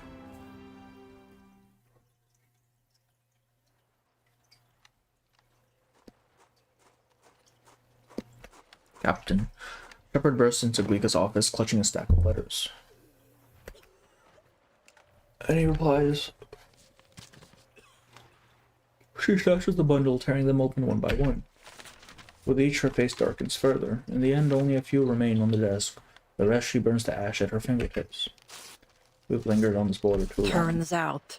I'm not one for bargaining or kissing rings. I thought we were better than this. Glika slumps back, rubbing her forehead. They've already divided her Inosia among themselves. So now what do we do? She leans back, the front legs of her chair tipping up. In the cracking sway, she feels as if she's walking a tightrope. There are still a few we can trust. Get these letters out. She points to the last few letters she has to send. Then I'll call a rally. Go. Yes, Captain. As he turns to leave, a soldier delivers another envelope. Looks like there's one more. Leave it there. He sets it on Glika's desk and leaves. She eyes the letter with suspicion. She thought she'd already received them all. Who could this one be from? But staring is useless. Glika lifts the envelope from the desk and slices it open. Run. Okay, well, that's not good. Pog, bro.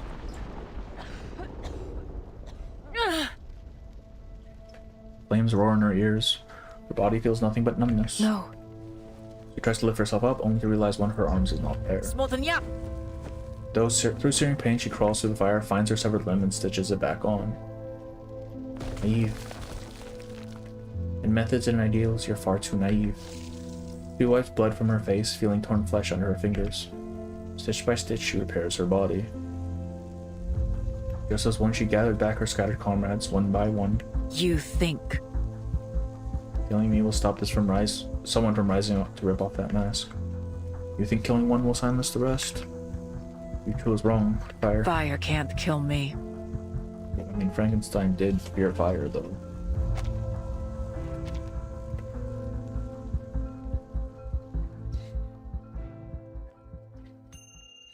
Three years later. Conductress's cabin. A train cuts through rolling fields of white snow. Inside it is warm and bright. Corvus presses her hand to the window pane, feeling the cold beyond. Across from her sits the train conductor, his chest festooned with medals. Madam, I do believe I know the truth. You survived that blast, living and hiding under a pseudonym. Corvus. He closes a thick dossier, letting it fall with weight onto the table. The dossier lands with a heavy thud. Yes, you're right. Corvus glances at him, then resumes her stitching. I must inform you then, in light of this revelation, I'll have no choice but to turn you and those refugees over to the authorities. And naturally, the one who sponsored your employment at Vienna Pannonian Railways in the first place is at the company's position. The company, they don't know yet. He rises, silver and metals gleaming in the candlelight. Did you earn those, or is that the going rate for betraying defenseless people? I couldn't care less about them. You're the main prize. He orders the guards while heading for the door. But Corvus's voice halts him. Hey! Conductor, do you know where this train is headed? Corvus bites off her final thread, her embroidery complete. The conductor looks at her puzzled. The red symbol on her cloth strikes him with dread. Me and my people will not be handed over. The guards at the door turn. He sees the same symbol stitched inside their collars. Before he can act, he catches a glimpse of their doorway. A row of attendants, all bearing the same mark, standing near it, ready. Corvus steps to the rear window. The horizon glows pale with a new dawn. Dawn. No matter how many times it falls, the sun will rise again. brother, puberty hit Corvus like a fucking truck, dog. She was flat, and then 3 years later, she's got those things. That's crazy.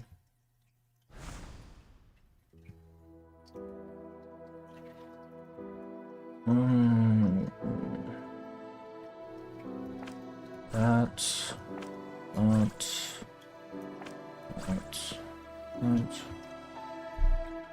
then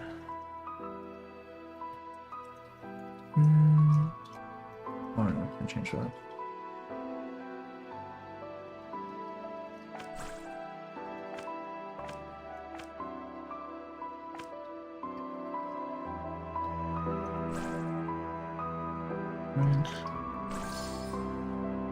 Yeah.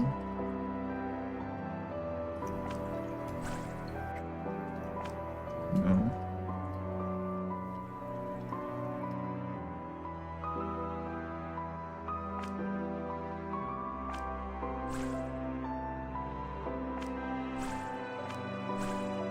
Right.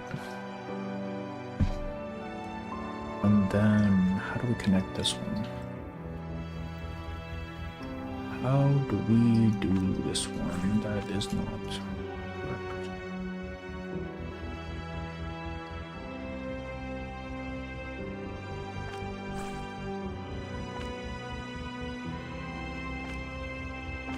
That's right. And then that's there we go. Half weaver. Oh, it's it. Oh shit. Did it count it? Oh, it did. Nice. Okay. That was a good story. Yeah, I need to use the restroom. I'll be right back and then we'll figure out what we can do afterwards.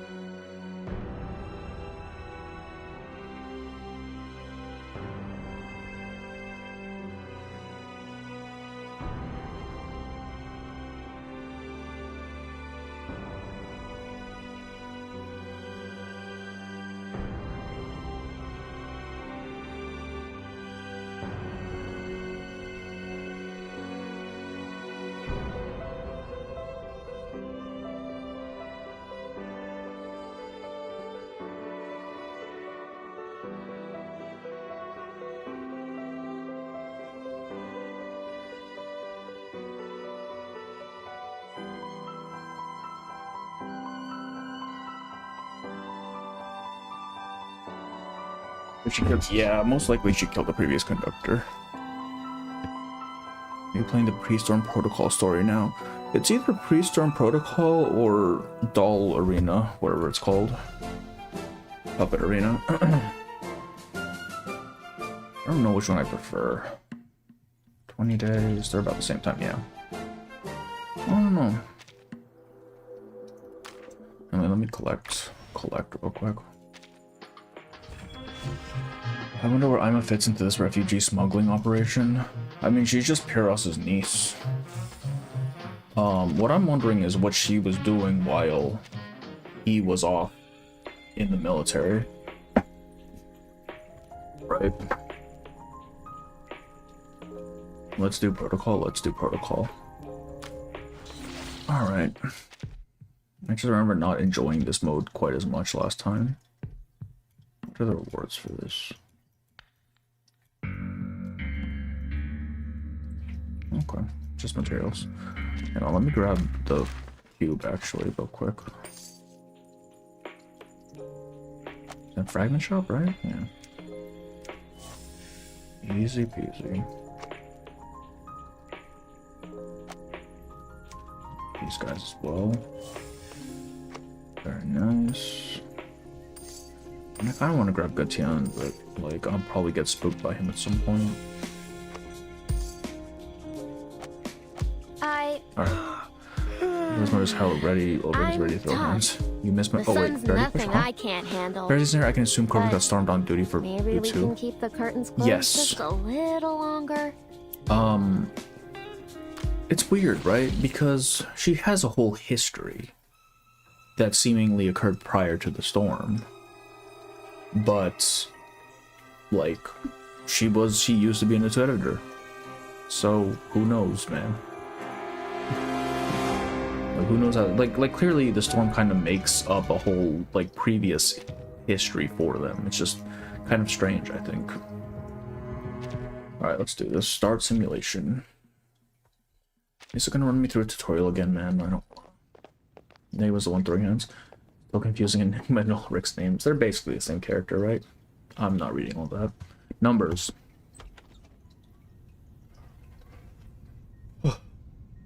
More numbers. Evilist thinks all German people are they not? Is that not how that works? The researcher steps into the room, surprised to see so many people inside. He gives polite nods to them. Enigma, Hisabeth, Medicine Pocket, Mr. Apple, though not a researcher himself, always at Regulus's side, and a woman wearing a Foundation badge, then quietly waits for Ulrich to respond. Ulrich looks up from his stack of reports. Pardon? Speak English. The researcher's eyes widen for a moment, then he quickly pulls a device from his pocket and recites a string of long numbers into it. Just pattern names. After a short pause, an artificial voice speaks from the device. Sorry, Mr. Ulrich, I forgot to switch the translator on. There's a strange fox-headed character asking what? That's, I forget his name. The fox guy. It was my mistake. Damn reports got me stuck thinking in octal. I didn't realize you were using decimal. Alright. Fucking nerd. Ulrich gives a wave of his hand as if brushing the numbers away. Must be Muse 3. That's his name. We're on our way. The code-speaking researcher leaves the room. Muse. Enigma, who had maintained a mocking expression through the whole scene, now sees no reason to hold back his thoughts any longer. Brother. 3 minutes. Remarkable. Thanks to your great compassion and the toy box, we're now communicating as efficiently as early primates. At this rate, we might graduate from meaningless shouting to cave paintings with me, brother. This guy just lives to hate. Let's get one thing straight. This has nothing to do with my humanitarian efforts. The ferrofluid flickers with irritation as he is forced once again to brush off the same accusations Enigma has been throwing at him since his return. In fact, if I hadn't cracked that lock on the beach, you'd still have no clue about the toy box malfunction, let alone where this damn language disorder came from. Two researchers who clearly had no real reason to be in the room exchange a glance. Clearly, they'd rather be involved in this project than stuck trying to communicate with colleagues who only speak in numbers and codes. Not this again. If we count that fight right after they came out of the toy box, this makes it the 8th time. Just stay quiet and enjoy. I didn't expect Beast to show up. Maybe he would focus on the actual project instead of worrying about those pieces. He could return the toy box before it unleashed all its miseries on the world, Mr. Pandora. Quit joking around. The language disorder is getting worse by the hour. Owen, the one who brought the message just now, still understands English, but Hannah's only been able to read Hill's cipher symbol since yesterday afternoon. How can you be so sure it's not going to get worse? They're only Darkon and the other lady. What was her name? German? What are we talking about? Do you mean the, oh, what's her name? Anima. Animus? Pompa's going right. Yeah, where's Pompa? What the hell, man? If you just stop wasting time on those silly simulations, we could shorten the pre-storm protocol by at least 30%. Assuming all the coded language circuits are... Assuming all the coded language swimming around in that glass tank of yours hasn't completely scrambled your circuits. The D3 hater. Assuming you're capable of being useful for once rather than only throwing out smug comments. Is the name and most likely when the boy comes from it will be like Lord of Life with all his copies. Yeah. Another argument breaks out, but before it can go any further, quiet steady voice speaks up. So, why are you here? What the fuck? You're not even Laplace. I hate to interrupt, but did you say language disorder? Ulrich turns away, struggling to steady his turbulent emotions, pretending he doesn't hear his about leaving, heave a regretful sigh. Correct, Miss Marcus. For the last 4 days, communication at Laplace has completely broken down. People are speaking in binary code, Morse code, even rail fence cipher. Almost everyone has switched to encrypted languages. We think it's linked to the toy box we've been using for our pre-storm protocol simulations. During the inspection last week, Muse 3 mentioned something was stolen. After that, the language disorder started spreading fast from the floor we keep the toy box on, and it hasn't let up since. While we haven't seen any other effects beyond the communication problem so far, Marcus looks nervous. Are you concerned this could cause time disturbances?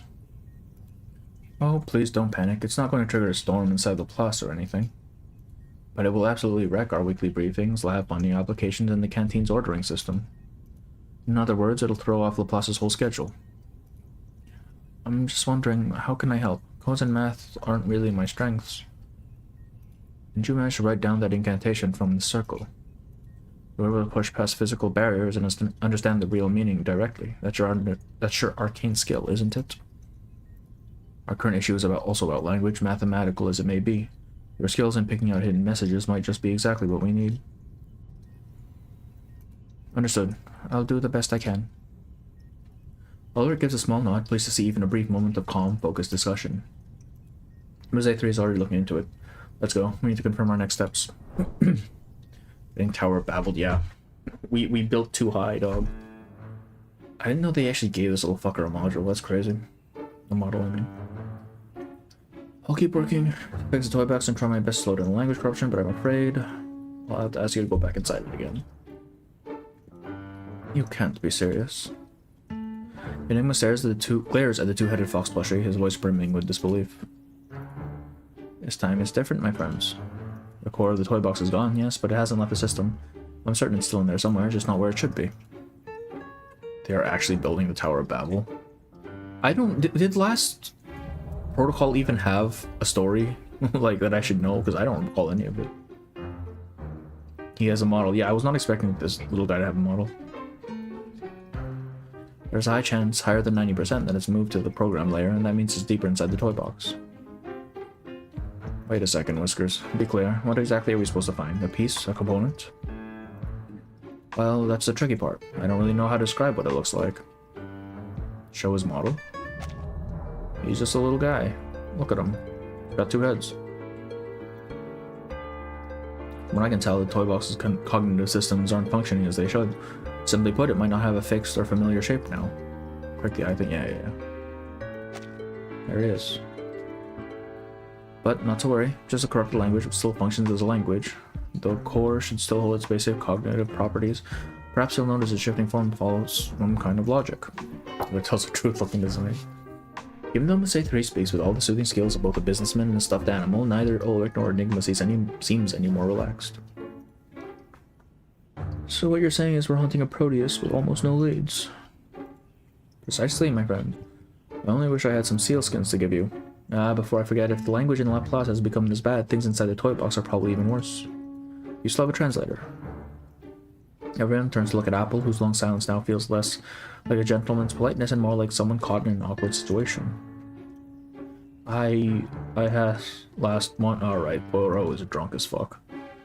Interesting, he's speaking like one of those little fuzzy black creatures. I suppose critter communication does qualify as some kind of symbolic system. Oh no, he's just critter speaking, alright. The apple's skin has never looked so red. He quickly hands the translator to Ulrich. Please help this apple soon, my friend. Previous sword is very small. Okay. The ferrofluid trembles deeply in his tank, probably equivalent to a deep breath for a human in an attempt to stay calm. Alright then, translators of Proteus, language, and cognitive disorders. Sounds just like the chaos before the storm, but at least now I know how to deal with the pieces. I'm ready. No, I'm ready. Enigma steps forward, a dark look on his face. Considering how humanitarianism seems to overtake you at the worst possible times, it's safer if I handle it this time.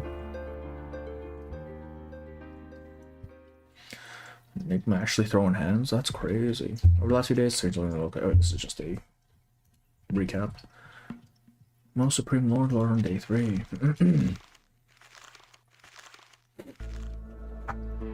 Okay, so we have to build up the shit. I don't know if there's anything I can do, right? I don't have any materials yet.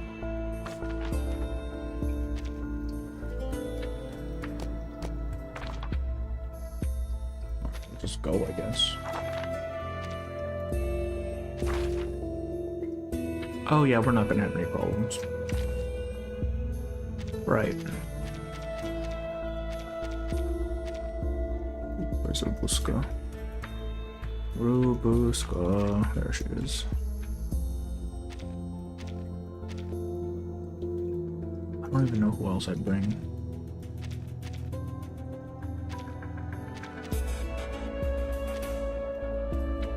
Good enough. Start exercise. Oh, I can buy stuff.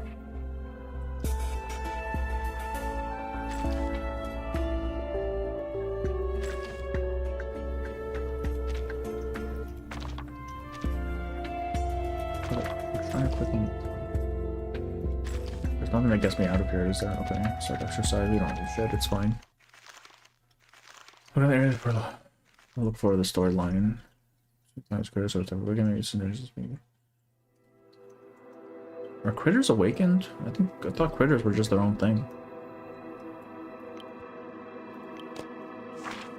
Hello. What's going on? Is there the critters? Why is he attacking us? Battle. Punch him, don't level his face. Stop egging him up. Yeah, I don't have a knight. I do not have that, man. I think he's the only why are we fighting? I think he's the only day one character, not day one, but like first patch up character I don't have yet. Oh, fifth? Alright, sure, man. Me? Is everyone else dead? Great things. Anxious scientist is who you're looking for. I'm looking for a specific dude, or in the main thing. Can you borrow friends' care? Oh, maybe I could borrow a sentinel probably if I could. Agreed. Man, this dude is dead as hell. I'm assuming these guys are not super Listen to this. Right, surely. That was certainly. Our blood will burn. Why is it this soundtrack? Though it may come with pain. Oh, he's a little tankier than I expected actually with that. Have I startled you? I'm losing my patience. According to standard church critters are that's true, yes. I know that. I didn't know if they were classed as awakened. I was referring to carbuncles, which they are awakened. I didn't know carbuncles are awakened. Where does it mention that? What the heck? I hope you'll enter the gate and see the light. Surely this should kill. Take it, eat, handle it gently. Close your I don't eyes. think they can borrow. It will all be over soon. In the main area? Okay, I'll look for the guy listening. Anxious scientist? Sure. After we do this run through. Hi. A little bit hot here. Flying handbag for only 3,000 Sherpadantes. Okay, he's dead. Don't know what caused him to die, but I'll take it. He definitely didn't take enough to kill him. Defiance on anyone that you can understand, you spent the lesson trying to insult you, though at least they're gonna you stop any person to greet you, the learning no longer matters, and turns out why can I understand you? Always I need to laugh with us, that's fine. It's a question of your presence, and we begin to okay. Do language barriers, language is what also in groups. Or factions from his own territory, you think I have now. I really like that. In the most action called the Glorious Carbon Kingdom, lower area of the box. I can see no civilian hopes of taking it out. Let's go. So what? Gotta go kill the fucking critters as usual.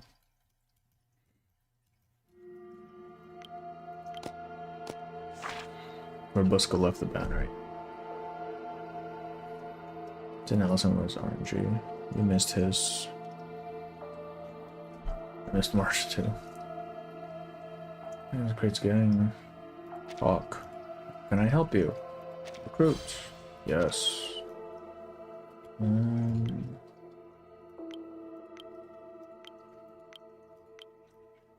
Where am I even going right now? into the bubble. Oh, I see. Kind of changes our blood tide gadgets. Let's go. And it's just auto. Nice. I'm gonna assume that the critters are at the end are really fucking easy to fight if you have blood tithe. So I'm not even gonna try to get everything because I don't think it's necessary, right?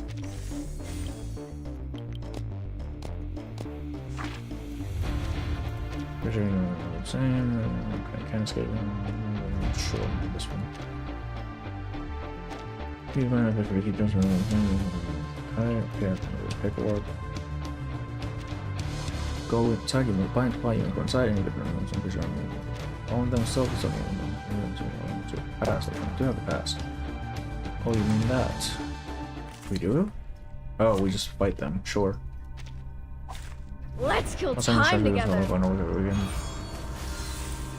An atlas in the wilderness. Oh, okay, I see. That was certainly a choice. Sensing their thoughts. Taking a peek inside. Sensing their thoughts. Taking a peek inside. Our blood will burn. Close your eyes. I mean, I suppose that would make sense with their designs. Though it may come with pain. Face the truth. Ooh.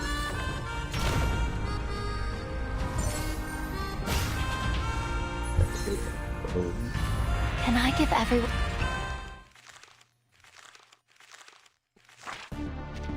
The corner's fun when it takes badge, cover shift, so voice paycheck, your work like this paycheck. Alright, man. Go out there. Just kill this guy. Yeah, die. And chest form or something else they call. Oh, his Beth. Then he just beats people up. Yeah, he just wants to throw hands, dog. He just wants to fight. Anyone queasy seeing blood?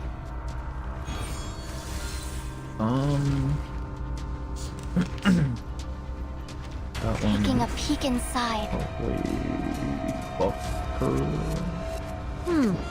That was sensing their taking a peek and sensing their thoughts. Close your eyes. Our blood will burn. Oh, I was not expecting him to die that quickly. Sure, dude. Battles have little meaning, save for the prizes to be won. I never noticed she has the mirror from Echoes of the Mountain. Or I assume it's from Echoes of the Mountains. In a way, the storm in this box is just as cool as the one outside, but here I'll look as always born. That makes my own. Research notes. Enter Institute. Let's enter Institute. Evacuate. Oh, it's Ed? Okay, sure, man.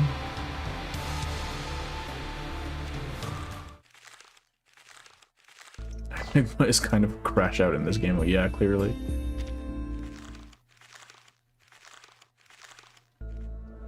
And yeah. Oh, so okay. Does it matter? Like, what is the benefit to any of these? Foundation and Shore. Actually, probably Laplace, right? Because we're Laplace.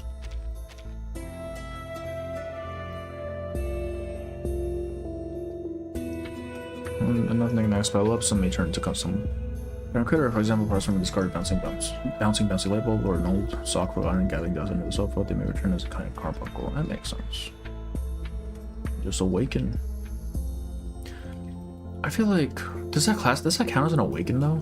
Because like awaken have very specific criteria for being an awaken, right? Specifically that they're the manifestation of like an idea of an error or something. I'm supposed to be looking for an anxious researcher, right?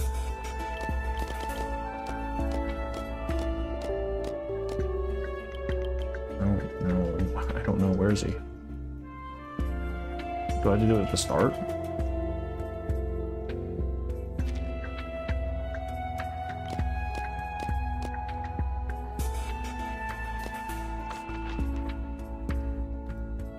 can get Wing Song and Kiprain. Look at that.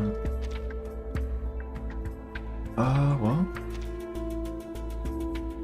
I guess we just go.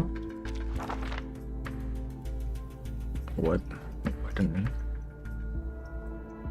Why is it not giving me more?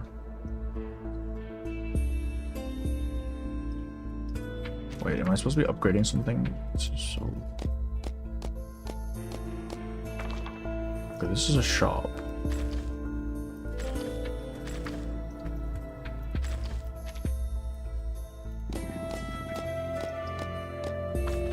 Okay, nothing there.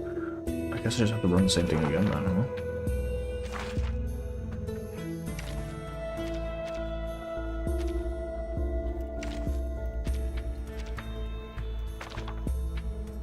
Don't need.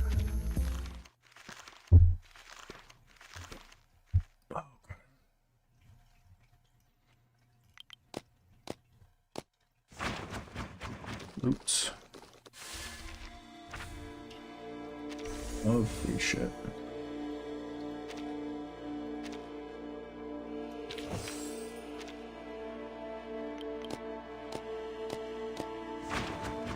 Oops.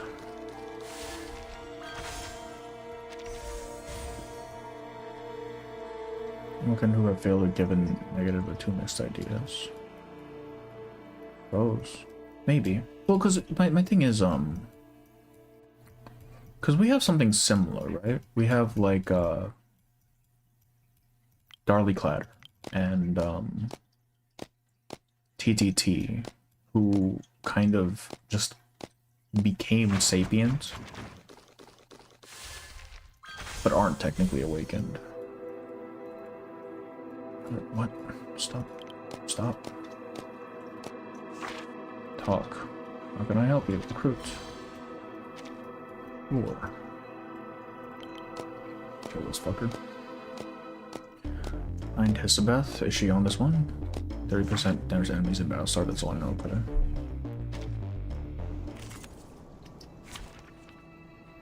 violence. Anyone queasy seeing blood? Oh, it's... I forget her name. From the China event. Taking a peek inside. Sensing their thoughts. Taking a peek and sensing their thoughts. The path will become clear. Huh. Very well. Face the truth.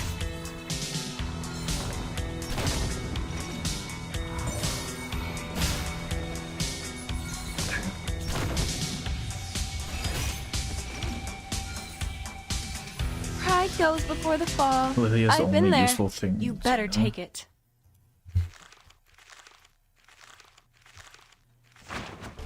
Oops.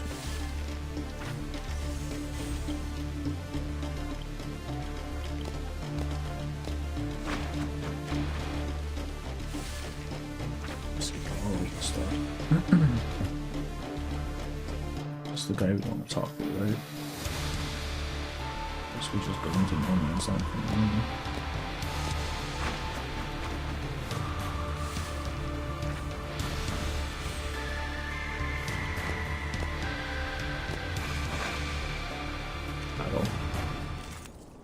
Ashton, yeah, that's right. Did you not get tutorials? I didn't get Lopera. No, I don't think I There saw are any many routes to tutorials. travel, but only one Unless I destination. like skipped them without realizing. Oh, this one. This one. Taking a peek and sensing their thoughts. Taking a peek inside, sensing their thoughts. Agreed.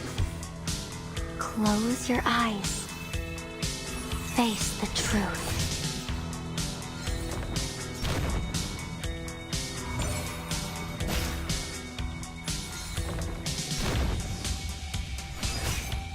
Easy. Huh? It's already over? It's already over. This one's just okay. I think it's already seen that. Oh, this dude.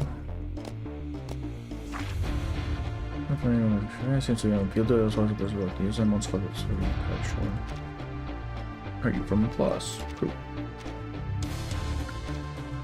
Sure. Sure, and recruit. It'll just be fucking bribing us with them, or having us bribe them.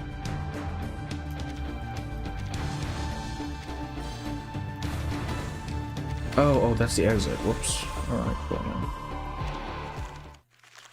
Don't want the material stuff, you're leaving early. I don't know what's going on here, to be honest with you. Like, I just want to get to day 3 so I can beat up the dudes. Like, I don't think I need anything really from this. So I'll just kill the enemies and call it, right? Here they are. Alright, it's Blood Tithe. Surely Blood Tithe can kill these guys. Let's say finishing room. Why are you giving me this team? Don't give me this team. I know what I'm gonna use. Wait, can I? Okay, no, it doesn't have the auto select. Oh, they even have assists. Mine are better though. Where is he? Where's my Nautica dog?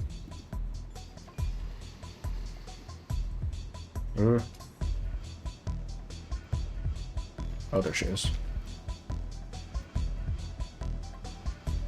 Robuska. There is Robuska. Brother, why is everything out of order right now?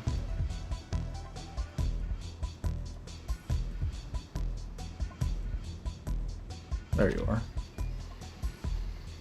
Who's the last one for this? Oh, Eternity, right. And we'll throw in a Flutter page just for the hell of it.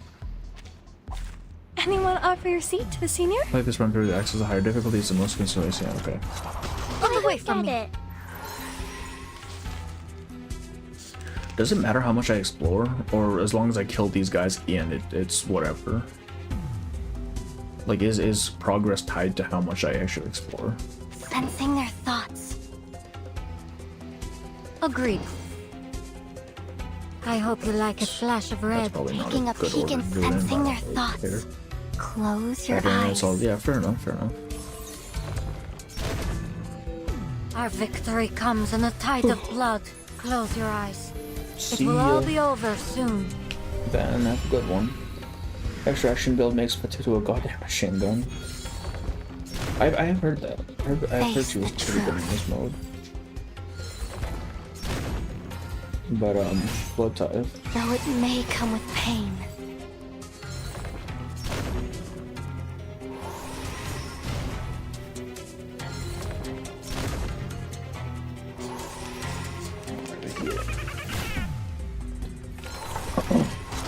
How dare you?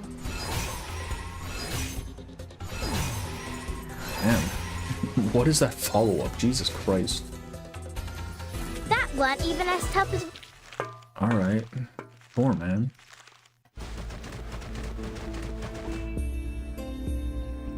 We did it. We're dead.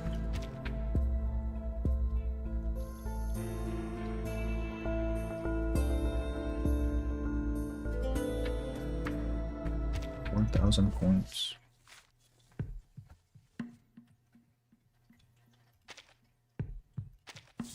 I do love me some materials. How much do we need? 24,000, so like 6 runs. We'll do one more run, and then I'll call it. I guess there's a bug once for all. Quit your mind, Antler, got a letter for you. This looks like a piece of regular Laplace calculation paper. What makes you think it's for me? 1, it was shoved into your door. 2, there's a big read it written on it in black ink. Medicine Pocket rolls their eyes at having to yet again spell things out. Just something like that must have some kind of complaint.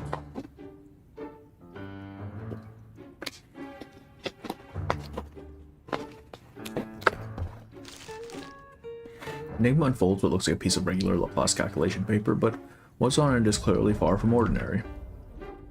No name on it. They're proposing construction of some tower, a tower to standardize all linguistic systems inside the toilet. They're making the Tower of Babel. Sounds like something from a detective novel. Hey Adler, sorry for eavesdropping, but besides us, who else knows about the missing core? Perfect. Our security protocols might as well be town crier announcements. It's got to be Institutum Lorenz. They must have sniffed out info on our little arcane accident somehow. There she is, yeah.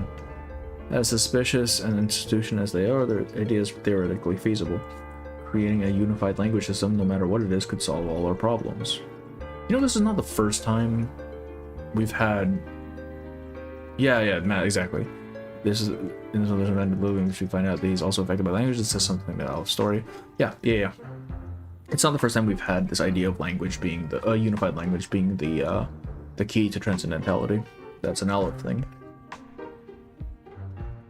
What would Lorenz gain by helping us? Miss Marcus able to glean any information from the note. Enigma passes it to her. Marcus looks down at the small piece of paper. Normally, where's a reason for her to gather information from, but now... Her brow furrows. The handwriting is very precise, almost like a machine. Typical of a perfectionist or someone who likes order. Yet the uneven pressure almost suggests some carelessness, which, well, contradicts my initial assessment. The writing's purpose seems to be purposeless, like they're just random ink marks. They can't be correct. I can't make any sense of this. Clearly, they're suffering from the same language disorder. Otherwise, either they're rushing to fix it, or whatever, something even slightly connected to the storm. They show up in swarms like critters. I guess even a simulated version counts to them, especially now that it's obviously showing anomalies. Regardless, our task now is to build a massive tower inside that box to somehow get everyone to speak the same language. Amazing. It's like a reverse Tower of Babel. Seems another trip into the toy box will be necessary. At least this time they know exactly what needs to be done. And I'll be sure to offer support from the outside, Researcher Adler. You'll better lead to information.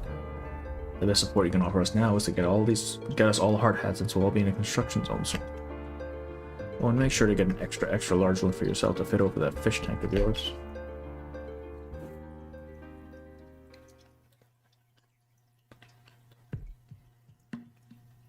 Take 5. Alright. Is there a harder? Oh, we can go harder. Nice. Okay, same thing.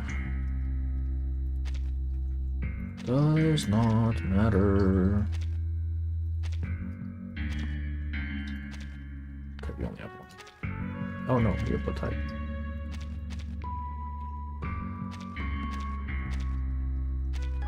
Brother, let me pick my goddamn things, please.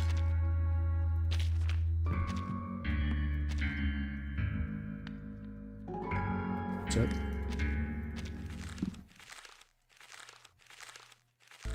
I want to be 1 year older than Hisbeth forever.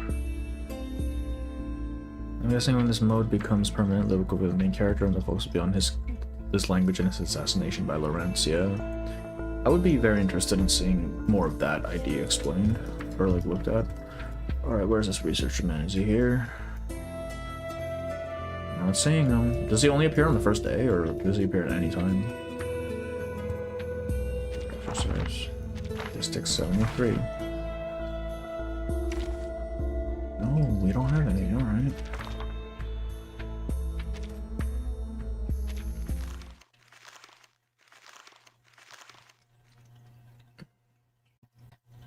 Oh, wait, so do I need to pick things up? Or can I just blitz to the ending if I just want to fight the last guy? Because is everything I pick up just for buffs? Or is it actually important? Can we just fight him? Let me just fight him. I don't need to take it. Let me just kill him.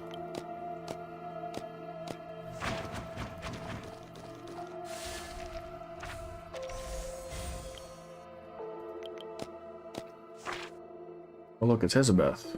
Gordon argues with the snakes on her own head.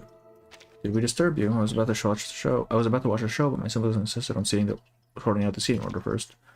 But you're hibernating, leaving 5 to argue in a mess. Maybe you'd like to offer some objective advice. Let's hear it.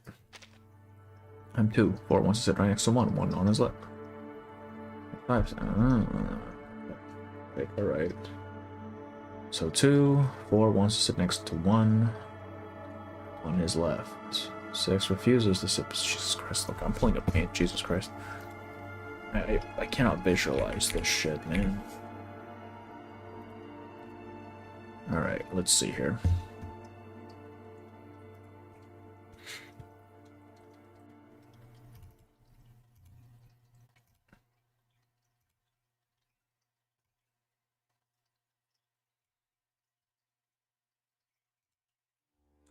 Okay. So 4 wants to sit next to 1 on his left. So we have, where's my thing? 1. 6 refuses to sit beside 5. That doesn't tell me shit. 3 doesn't want to be next to 6 and insists on sitting the furthest to the right. So 3 is somewhere here. Now 1 wants to know who else is sitting next to him besides 4. Doesn't want to be next to 6 and insists on sitting furthest to the right. So he needs to be next to 5. Oh, okay. Where's my mouse, dog? So it could be like that. So 1 is sitting next to 5. Hog.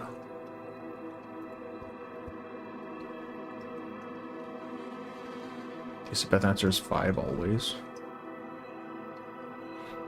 It's for Buck because these bosses are managed from sponges with 45 million health. Okay.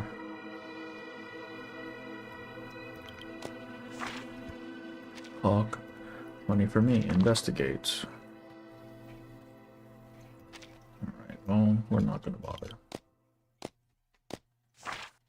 Investigate. Oh, right, I need to take. Oh, I have the ticket. Look at that. To do what? Stick your head into. I'm doing it, sure. What? Did I say I'm not doing it? Oh. Well.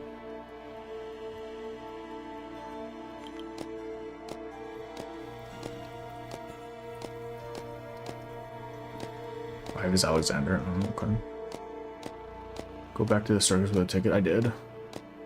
They scammed my shit. No surrender, no compromise. Well.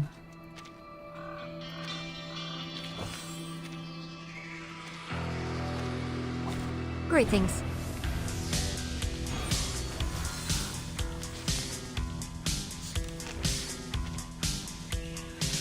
Sterilize.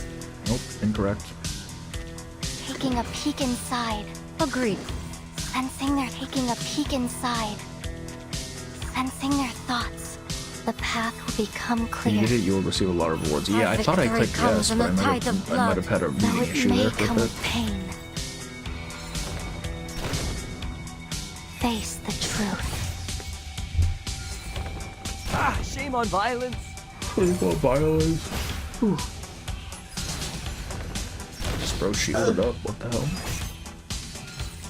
Listen, my friend. Listen. Freaking dumbass!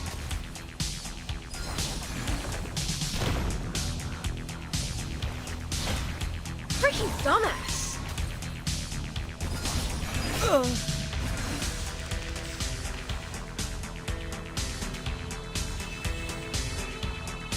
I hope you like a splash of red. Taking a peek, sensing their thought. Taking a peek inside. Sensing their thoughts. Close your eyes. It will all be over soon. All be over soon. Ah, shame on violence. Ah, shame on violence. Bro's dead.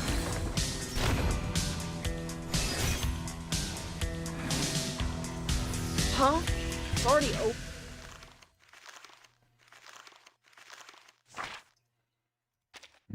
Pick up. Research notes, very nice.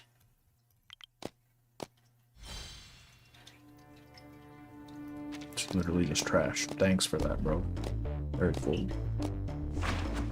Boot. Boot on.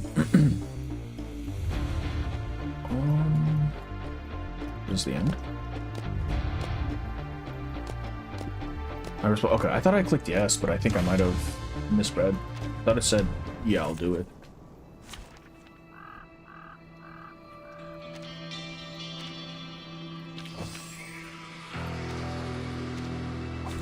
Let's kill time together.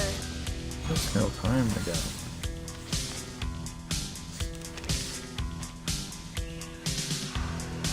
Sensing their thoughts. That was her taking a peek at sensing their thought. Taking a peek inside. Slash, slash. Close your eyes. Our blood will burn.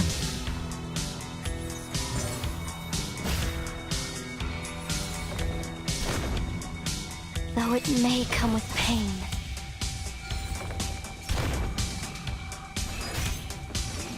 Face the truth.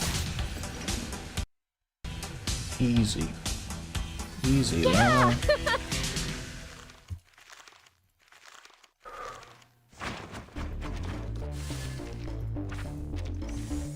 Loot all stuff here as well. Loot.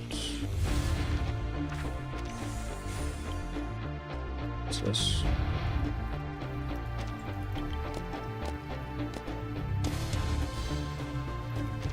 Bro, stop giving me junk. What the hell?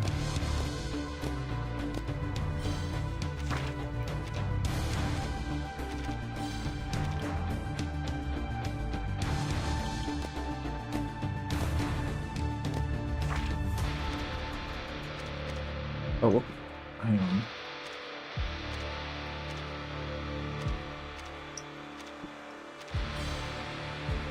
There we go. This fucking guy. Oh. Wait, no, no. Get me out of here. Get me out of here. Bro, please. Bro, please.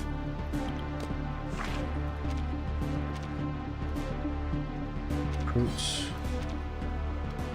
I'll kill this guy. Oh, he just died. Alright.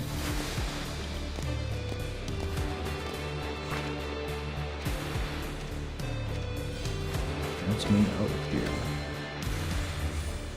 Very nice. Alright, we got two dudes.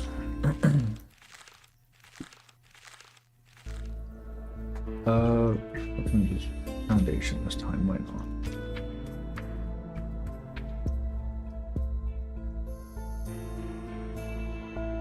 Guy out here somewhere. Where is he? I'm not seeing him. Oh, is it you?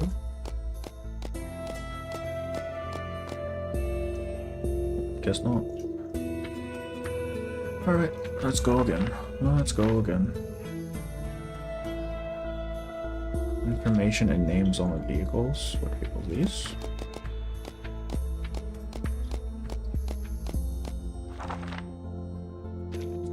Or do you mean in the shop?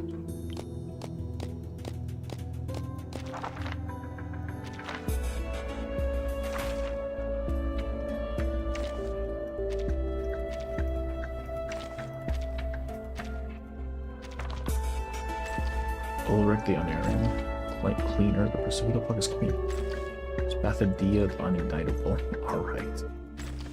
Wind Song the Unslippable. Rock Pirate. Fucking rock pirate. Wait, who's Cleaner?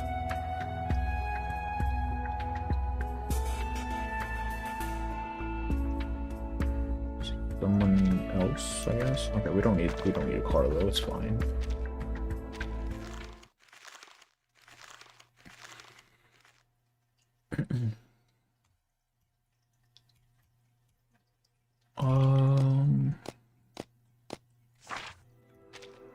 Can I help you recruit them? Is there any point in not recruiting them immediately? Or just always?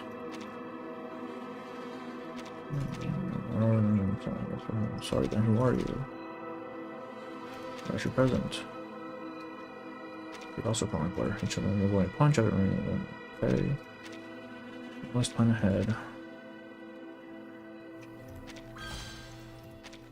Sure, dude.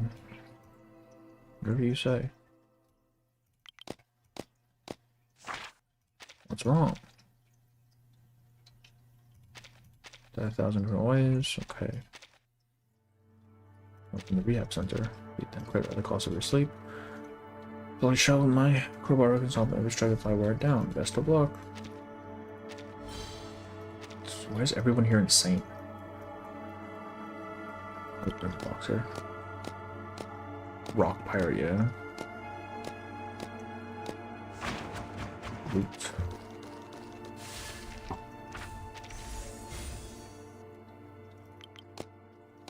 Oh, okay, we fight.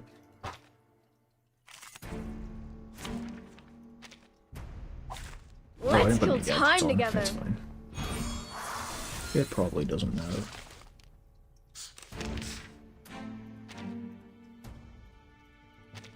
Sensing they're taking a peek inside.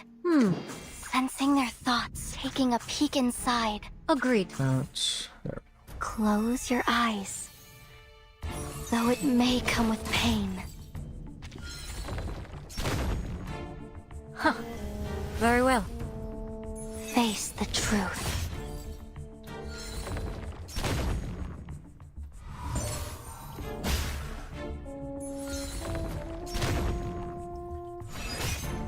Have I startled you?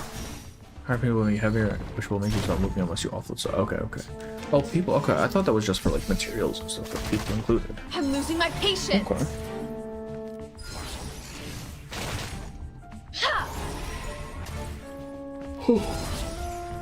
Ow!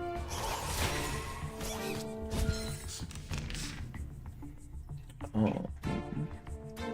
That one. I hope you like a splash of red. That one. Sensing they're That taking one. a peek inside. Hit 'em with Listen that. to this. I mean, we'll probably just kill it in all. Enter the gate and see the light. Close your eyes. It will all be over soon. Information about what they're doing because I think you say 3 had some help with the description. Okay.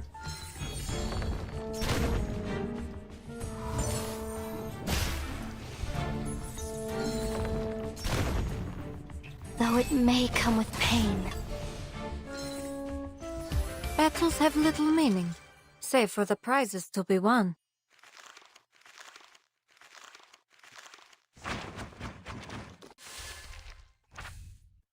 Sunflower seeds. Where am I supposed to? Where's the thing? Somewhere around here. Let's do this guy first, I guess. Oh, he looks up and remains silent. You have a canker sore. I'm pretty sure you're concerned. Weird guy. Nothing in your room, keep informed about life and death and full of things. Different from the keeper you counted earlier, they hear different in even sense, from the same materials. You're the twin brother. You realize you when the gods first bestowed together, you did not destroy it fairly. Alright. Sure, dude. Whatever you say. Doesn't count when it's been used. Okay. What, you just fall? Kinda funny.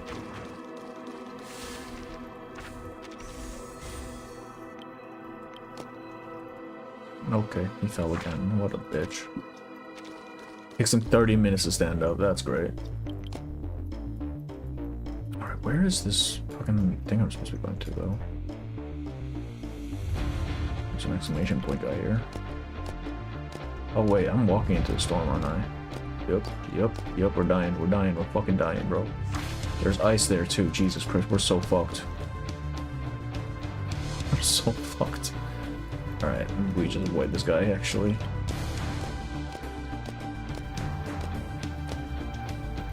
Okay, that was great. Are you seriously telling me I need to go around? Okay, we're dead. Great. Fantastic.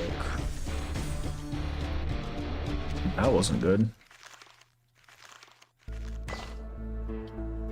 No, we still got some stuff, though. Damn, we got absolutely bodied there. That was so sad.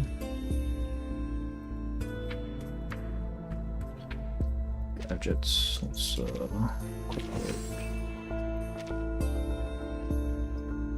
does that count as a day? It does, right?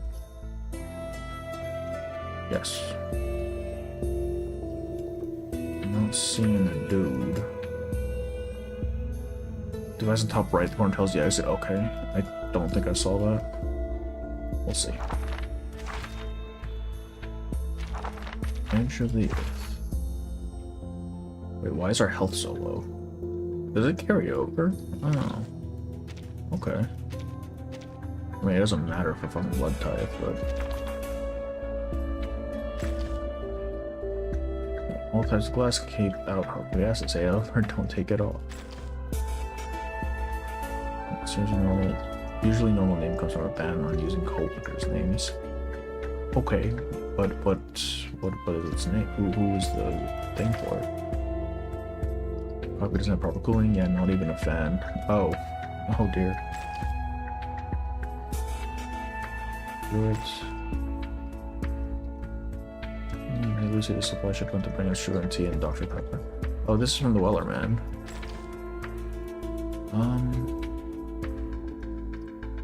What is this currency? Oh, research papers. You know, I don't think I need that. It's probably better to just stock up on research papers, right? Surely.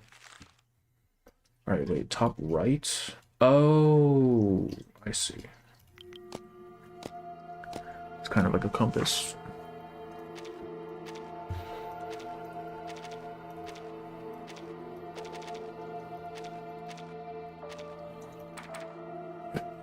We lose the game, so we just resort to fighting. That's great. Anyone queasy seeing blood? Oh, it's fucking Geo, dude. San Francisco. Handle it gently. Oh, fucking card. Sensing their thoughts. Taking a peek at Slosh. the path will become clear. Oh, our max health is limited now. I see. Is there a way to fix that, or are we just kind of stuck like that?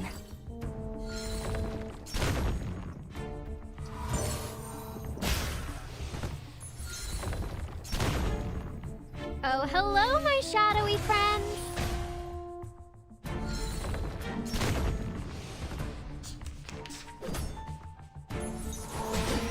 Freaking dumbass!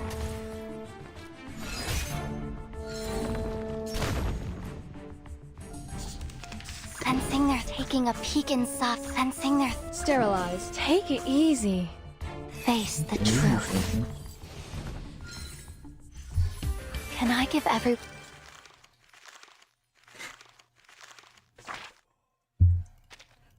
Clean up the mess. Research note, language input device. Let's go over here. And slip on some ice. Please, Adler. For the love of God. Actually, let's get this guy first. Talk. How can I help you? Fruits. Buy vegan, buy upgrades your inventory, and how fast shop is in the middle of the base. Okay. We'll do that on the next back. This fucking guy, man.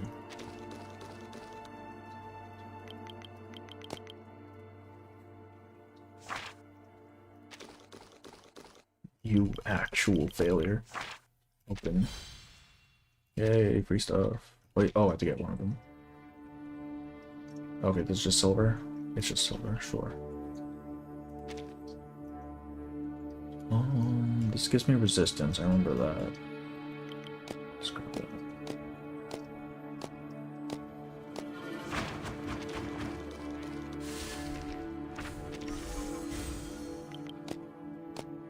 Oh, there's a critter. This goes remarkable, go through the wall. Bro. Bro, why are we fighting everyone? Bro, what the hell? Greetings. You were playing Critter Crash and the same critter you were playing with Taxes. Takes revenge on them later. God damn. Bro. Why do we just fight? Taking a peek inside. Sensing they're taking a peek inside. Sensing their thoughts. Close your eyes. Oh, it's the Fool. Our Hello, victory comes in a tide of blood, though it may come with pain. Face the truth.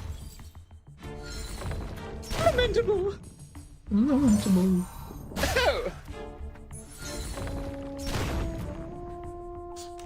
Dance till the dawning. Oh, he's got count on. I'm losing my patience. I think we swap Med Talk out for Caparina if our health's gonna be this low.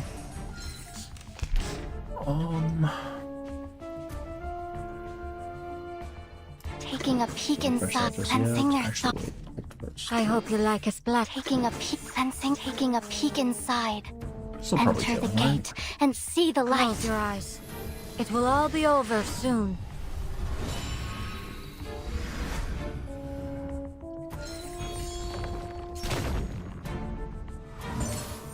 Lamentable. Lamentable. though it may come with pain. Easy peasy. Divine Luke. Oh, there's one more. Okay. Well, did it use my ult? I think it did. Listen to this. Sensing their thoughts, taking a peek in. Slosh, slosh. Listen to this. Just hit him a bunch. It's fine. Enjoy it, friends. 68,000 damage. The path will 6, 7. become clear. Face the truth. 6, 9, 6, 7. Hell yeah. Hell yeah. Let's dance with the shadows. Why did that do so much damage? Why did Robusta hit for damage? Huh? It's odd. Just a charade, isn't it? And apparently, we have to fight this guy. Alright. Uh-oh. Anyone offer your seat to the senior? Oh, it's the Rock City guys.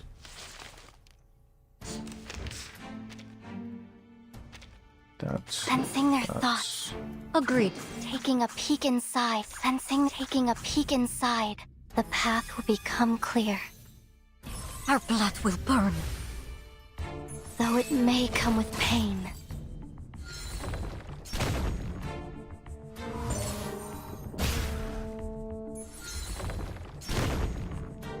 Face the truth.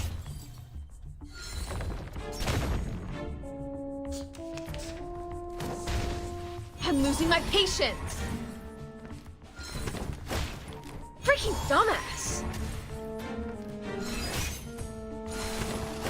Oh, okay, we're frozen. That's fantastic. Great. I hope you like a splash of... Listen to this. Slosh, slosh. That was certainly a choice. Take it easy. Close your eyes. It will all be over soon. Can't even do a follow-up.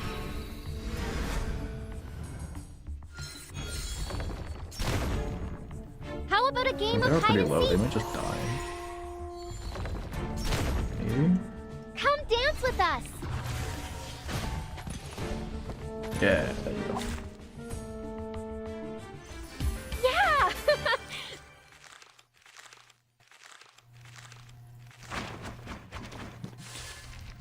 Oh. Just directly south.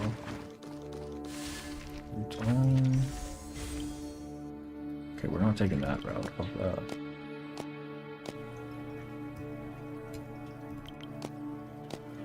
Let's get some of this. Touch it. Do it with patience. More resistance. Very nice. Hello, IDK. Happy New Year to you as well.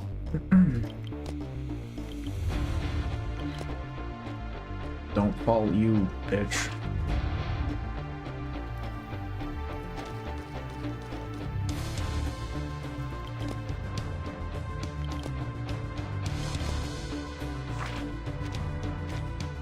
Recruit.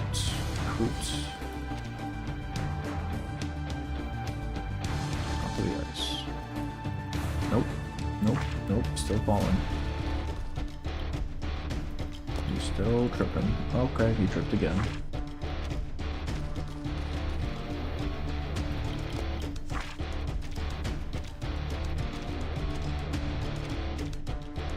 And more.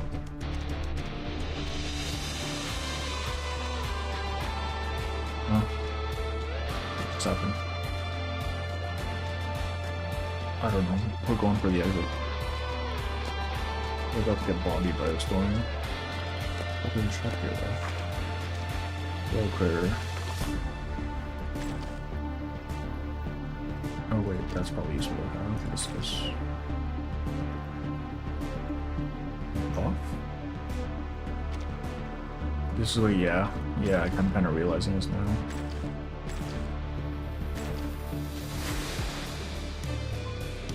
Just silver.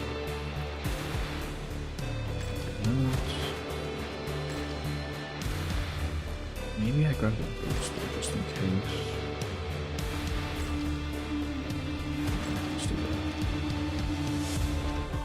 for safety. There's the exit. It's being guarded by some fuckers though. Not sure I like that. Oh, we go here.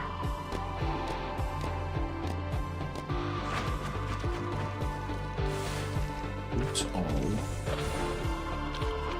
Oh, no, it's a dead end. Max carry capacity, how dare you? Oh wait, no, I just used the fucking... Use this, man.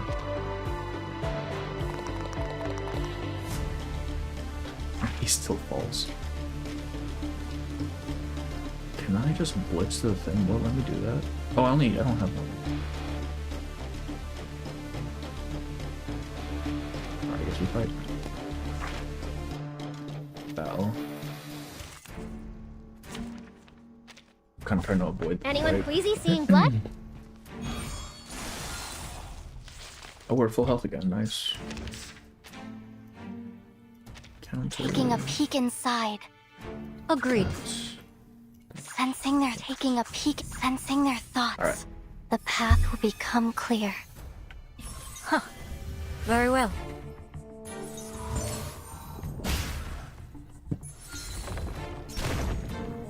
Face the truth. Face the truth. Though it may come with pain. We're frozen. We're not frozen. He's dead. Very nice. I hope you like a splash of taking a peek and sensing their thoughts. Listen to this. Slosh, slosh. Close your eyes. It will all be over soon.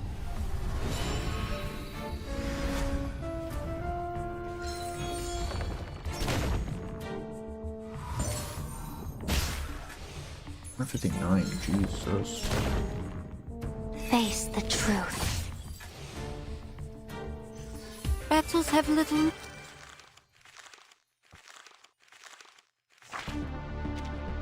Pick up. Oh, we got time. Nope. Nope, we're at max capacity again. What do I drop here?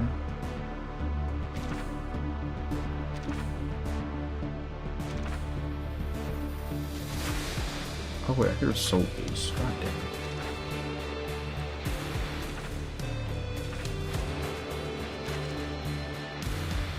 Okay, let's equip. Let's sell the rest.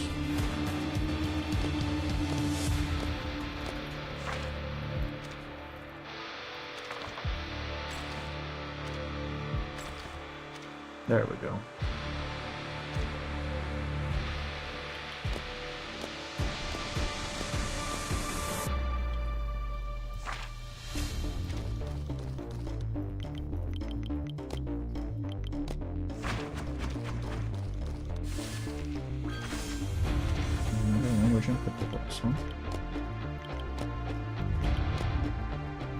We are out. Enter Institute. Evacuate. Nice.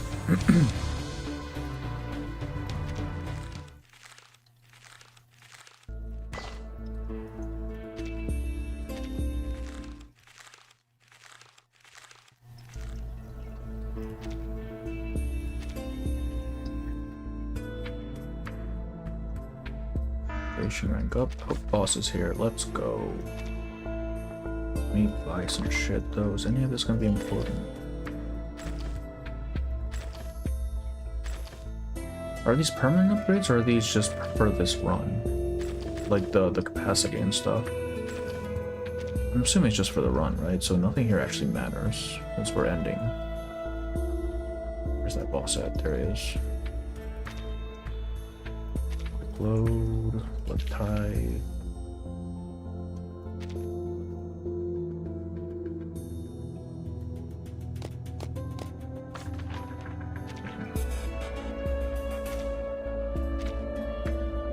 Sure, man, more ventilation materials.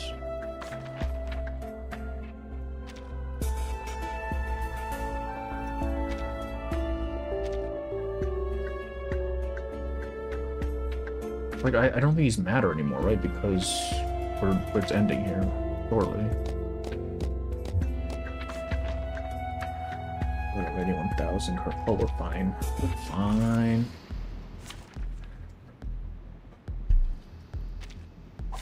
There are many routes to travel, but This only one Hesabeth is not in destination. trouble. She's fine. She's perfectly okay. Counter. Taking a peek inside. Sensing, taking a peek inside. Just another shift. Close your eyes. Our victory comes in a tide of blood. Face the truth. 420.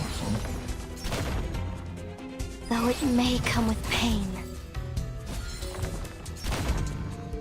Laundry time. Laundry time. Freaking dumbass!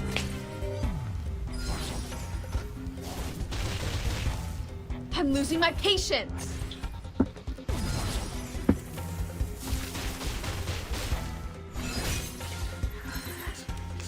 Alright. I hope you like a splash of red. What I'm good at. Right. Just another shift. Sensing their thoughts. Taking a peek inside. Sensing their thoughts. Close your eyes. It will all be over soon. I'll be over soon.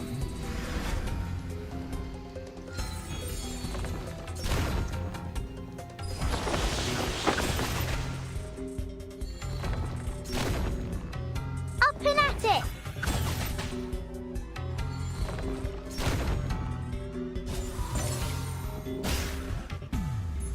Yeah, boy.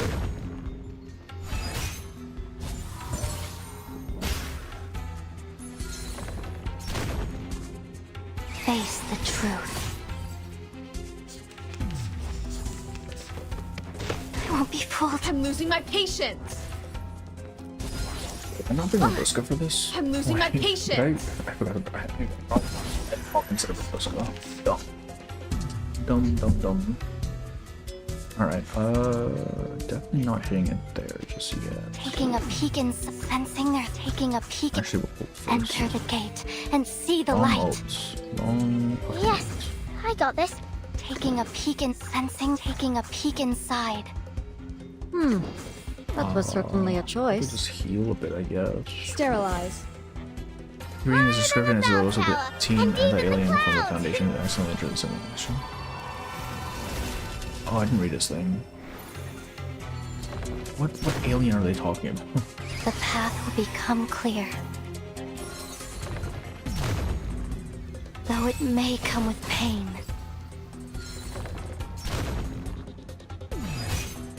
Face the truth.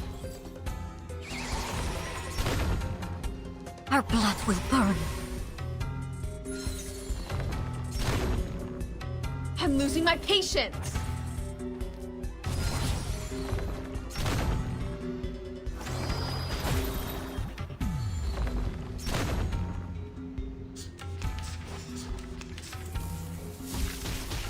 I don't get it.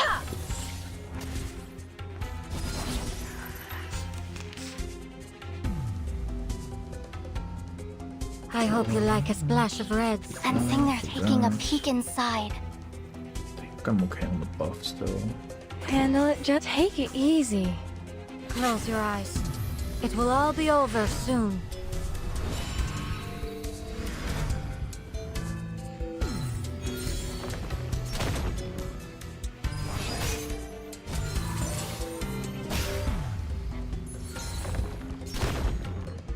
Though it may come with pain. Hey!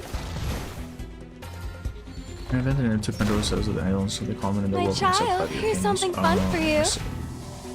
And he just kind of wandered in here. Shit.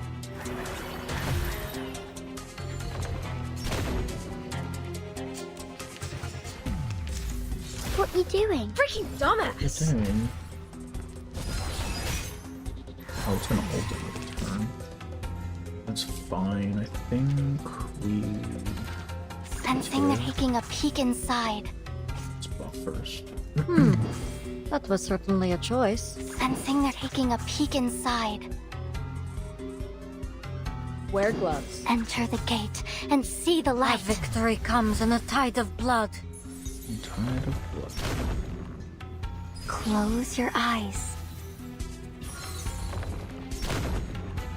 Face the truth. Get out of Should here. use this thing first. Oh well.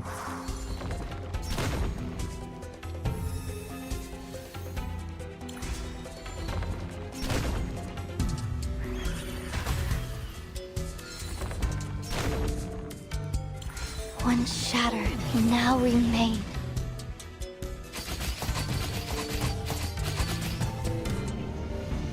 He is just that easy. That's crazy. Nope, nope, still 18 more.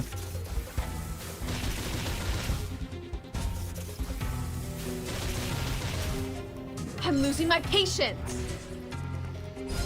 I'm losing my patience. Easy peasy. Okay. Pride goes before the fall. You killed him. He's dead. Oh, no, there's still more. Okay. I see.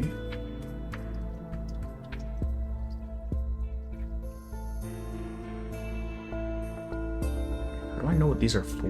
Which thing is for? Damage reduction increases. I don't know what these symbols are, man. Critical damage? Critical is always good, right? Surely. What do you do? Vision +1 on my plus and graveyard from snaps. Okay, we'll buy that. We'll just do those then. Fog. Probably deal with aggressive aliens and the non-aggressive ones go over it and team up what happened. That would make sense. Like if you know there's stuff out there, you might as well have some sort of contingency for them. Probably get this then in that case. We have 200.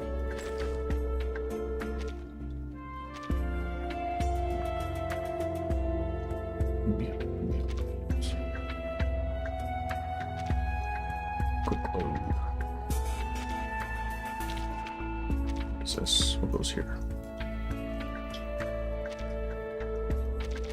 Okay, I can't actually add anything.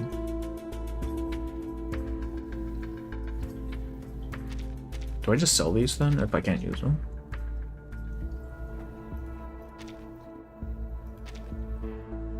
Surely, right?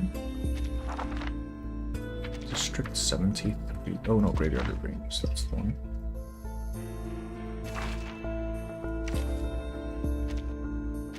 Oh, nope, incorrect.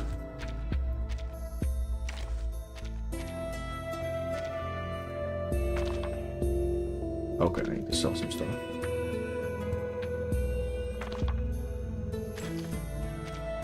And I can't use it.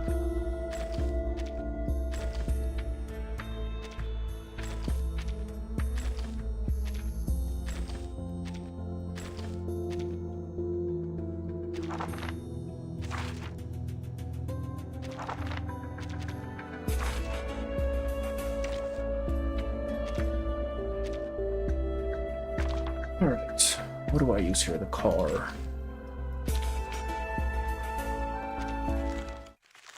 No, you can't. I can't what?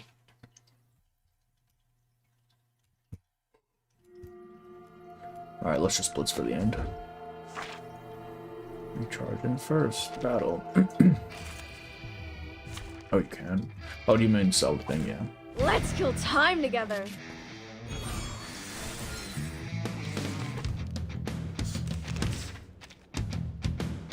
Counter. Sensing they're taking a peek inside. That first, but it's fine. Sensing taking a peek inside. Close your eyes. Though it may come with pain. Huh. Very well.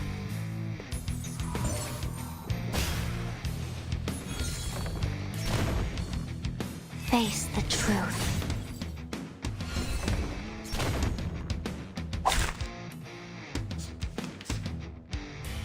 Get off! Freaking dumbass! Easy peasy. Yeah!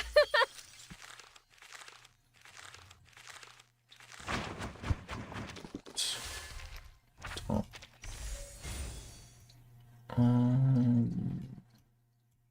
This dude.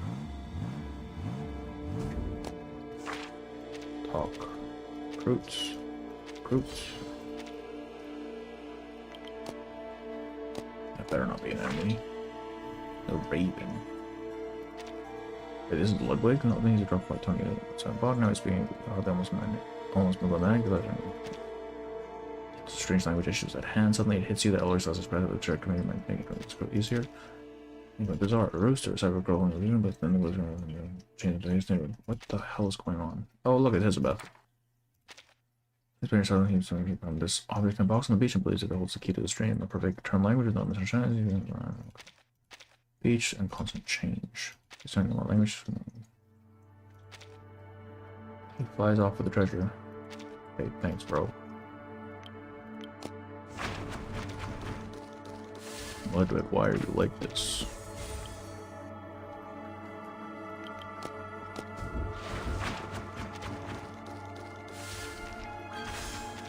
Oh, I got something. Oh, god damn it. Alright. Anyone offer your seat to the senior? Why is 6 so eager to throw hands, dog? Sensing their thoughts. Agreed. Everything is Taking a precast, peek that's inside. annoying. Sensing their thoughts. Taking a peek inside. The path will become clear. Huh. Very well. 6, yes, it Though is it 6. may Look at come him. with pain.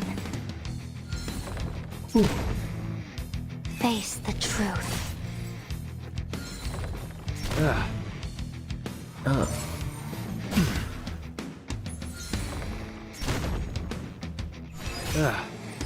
Oh, just a little more, come on. We walk in long nights. I'm losing my patience!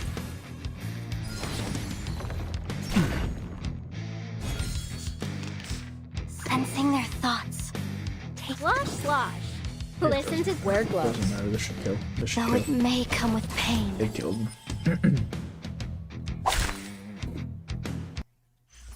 Pride goes before the... Thanks, Kernby.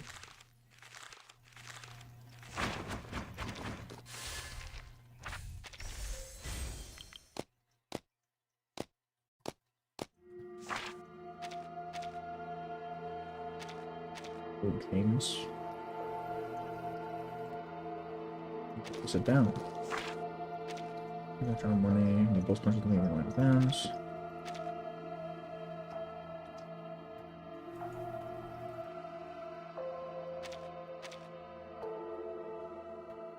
By Cosmo, that was the best punch I ever took in my life. Now I really don't have the rest of it. What do you think? You lack more than just talent.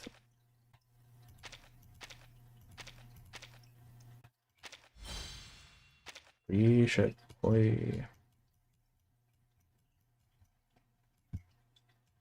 Let's go talk to this dude. What did I just run into? Where am I?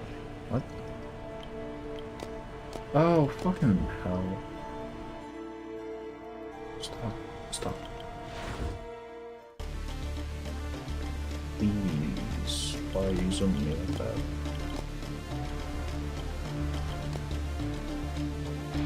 Can I avoid this guy? I agree with this.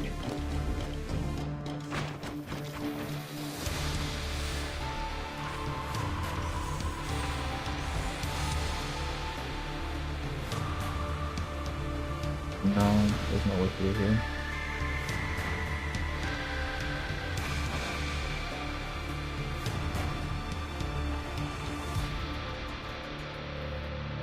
Can I get... Oh, it's random though.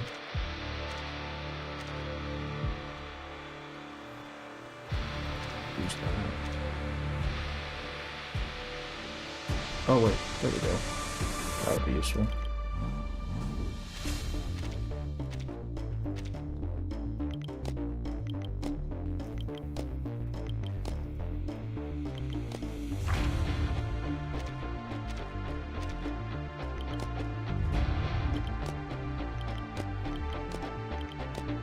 Whoa.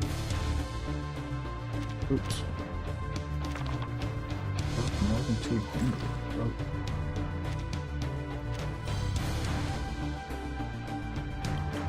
Some made out of money. What the hell, man? Oh, I'm gonna have to fight this guy. Unfortunate. Alright, that's fine. Or just retreat. Nope. Nope. Still gotta fight him no matter what. Alright.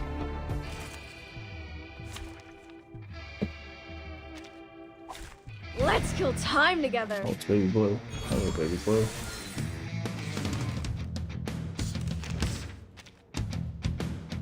One of these. Sensing their thoughts. Agree. Taking a peek inside. Sensing their thoughts. Taking a peek inside. Close your eyes. Our victory comes in a tide of blood, though it may come with pain.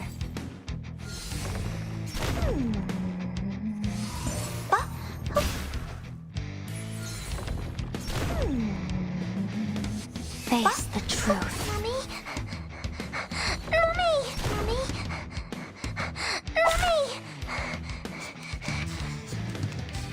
Promised. Don't forget to come visit me. Let's play peekaboo. I will help you. Dumbass. Everyone will love the blue bubble garden. I'm losing my patience. Let's play peekaboo. I will help you, Mummy. Mummy!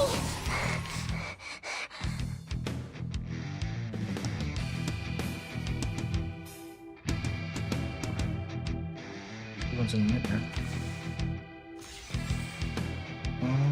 Slash. Dots. Handle it gently. Take it easy. Handle it gently. Take it easy.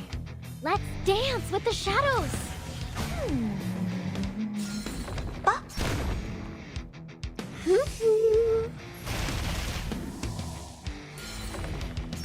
Go. Nice. Pride goes before. Nice.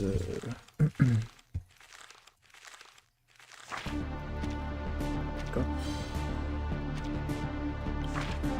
Catch me out of here.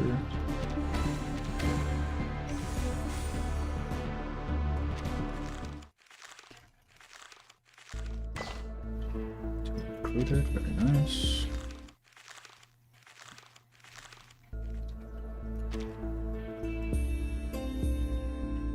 I'm assuming I should just focus one, right? Oh, these two carry it. Oh, no, they don't.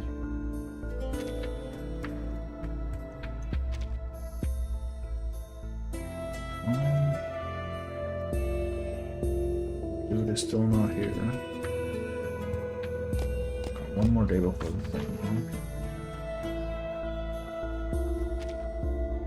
Do I unlock more gadget stats?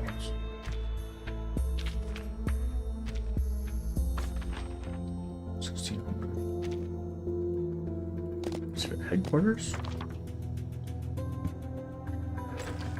Oh, there we go.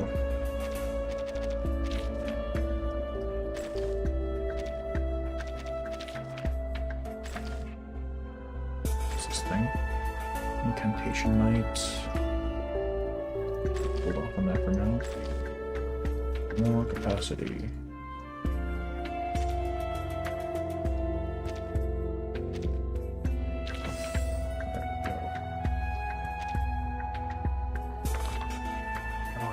So I cannot buy a car. Fuck. I just have to not.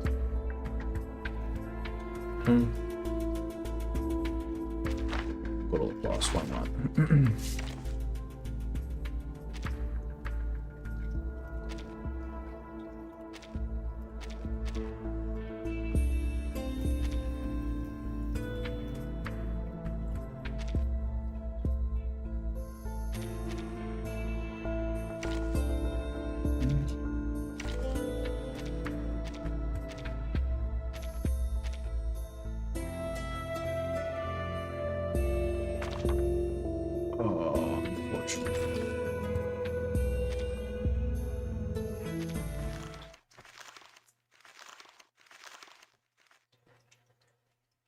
We just need to get through this, and then we don't even need anything from this map. We'll just go for the end. Oh, look, fire. Love fire. Fucking birds.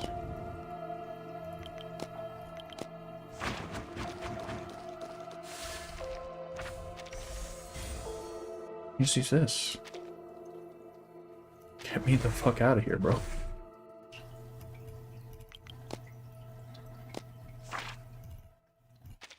Alright. Because I'm pretty sure we can fight the boss before. There are many routes to travel, but only one destination. We should kind of find them. Gardener.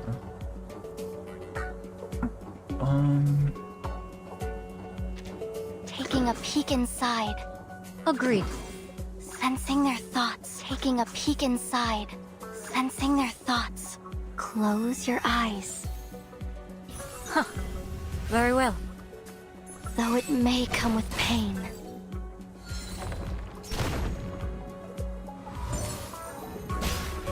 Jesus. Face the truth. Easy peasy. These things just die if we have to kill them. Doesn't matter. We're dead.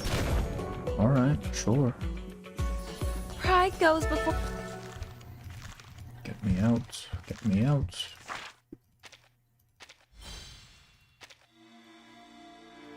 Well, I mean, since we're here, let's grab all this stuff.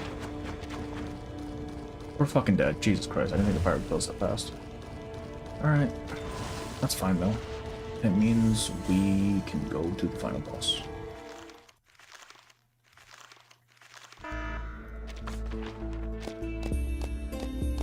many coins do I have? I don't think there's anything to buy it to make it worth it. 1,500? Yeah, we're fine.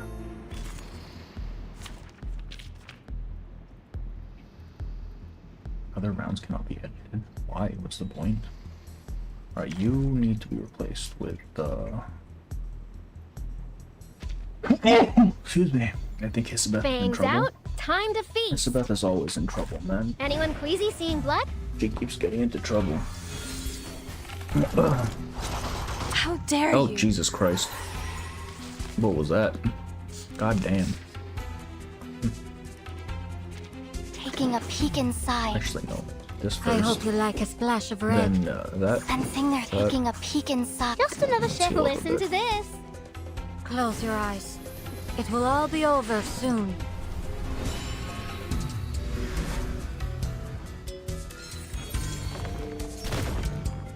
Close your eyes. Face the truth. These sheets are my wings!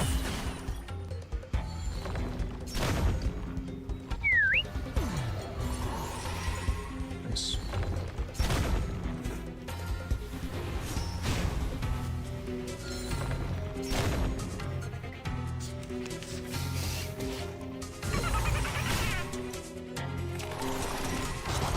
Don't be fooled.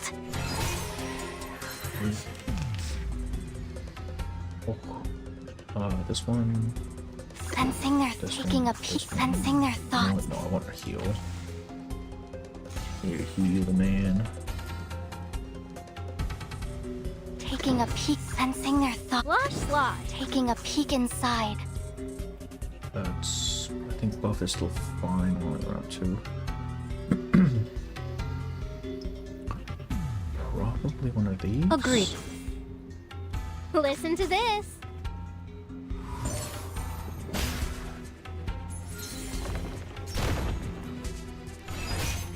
Though it may come with pain.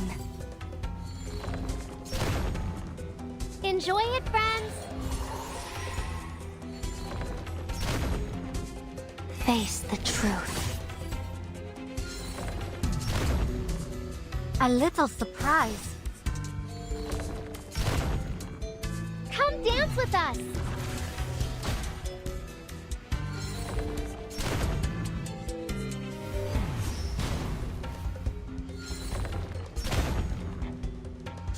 Why are these dressed up like foxes, man?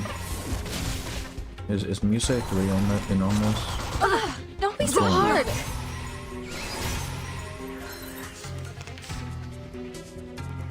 Alright. I hope you like a splash of red. Refresh this. Sensing their thoughts, taking a peek in What I'm good at.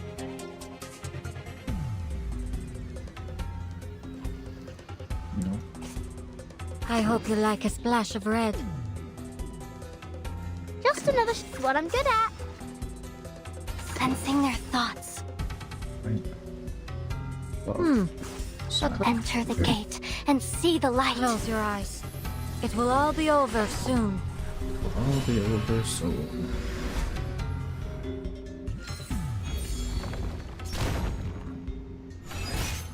It's out with you. Rise and shine.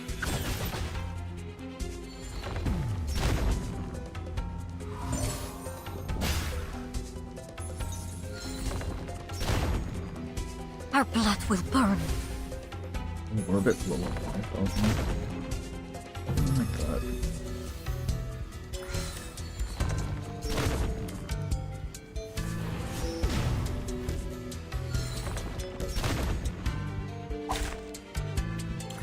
Once shattered, now remade.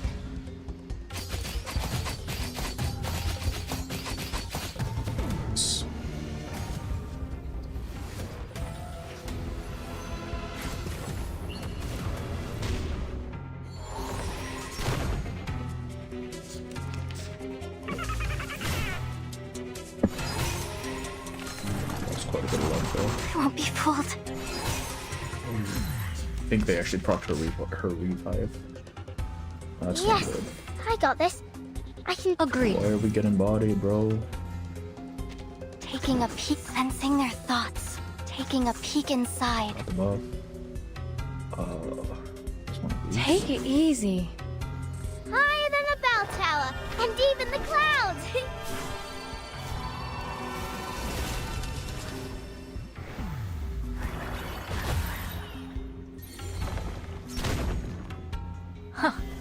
Very well. The path will become clear. Though it may come with pain.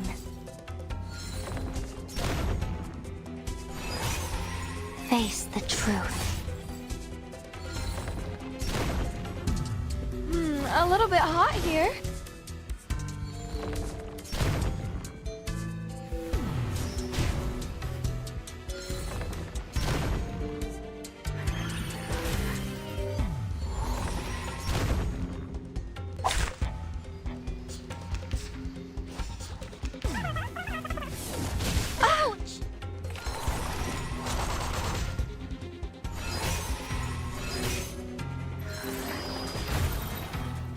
I just finished corpse character, so I was about Falcon Turn, but now that gives out some visual bugs.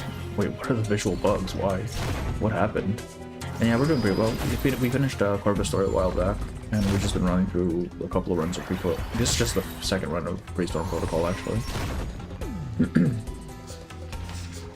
But I think we're this at the end. We should be able to kill it here, probably.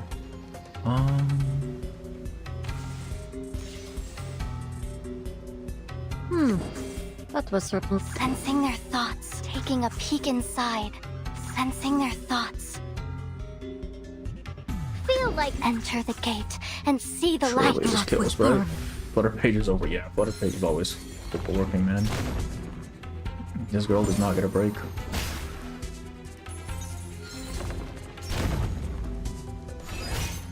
Though it may come with pain.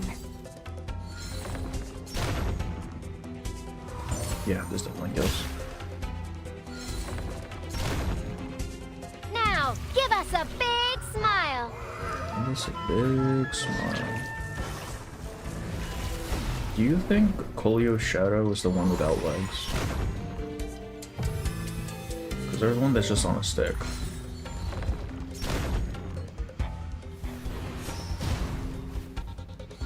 That means he's not black in the same part. What? Why? What happened? Jesus. Is the restarting not even fix it? Once shattered, now remade. Hoggers.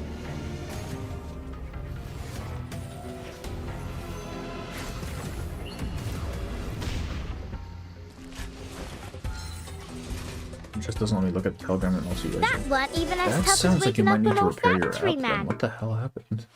Jesus. Or at least restart your phone entirely. Oh, the repair didn't do anything, jeez. I mean, maybe if you try to see if it's, it might be an account thing. I don't know. Like, if you were to log in on a different device or something and see what happens.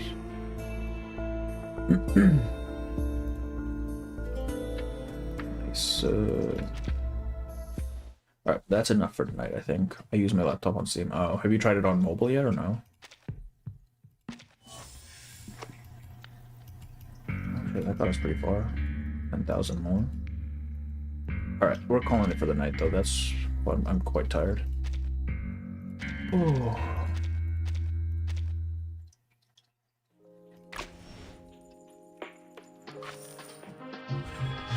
Alright. Alright. That's probably gonna be it for the streams for this week. Next week, I don't know if I have anything left complete. Okay, yeah, actually next week we can finish up Pre-Storm. And then start Puppet Theater. Puppet Theater doesn't have story as far as I know, so that we just do. I'll just do whatever. I'll reinform CS. Okay, at least they're aware. I'm gonna stream a couple other games next week, but probably just finish up the rest of this patch on Monday and call it for reverse. But aside from that, I think we're done here. I think we did quite a bit today. Let me collect this.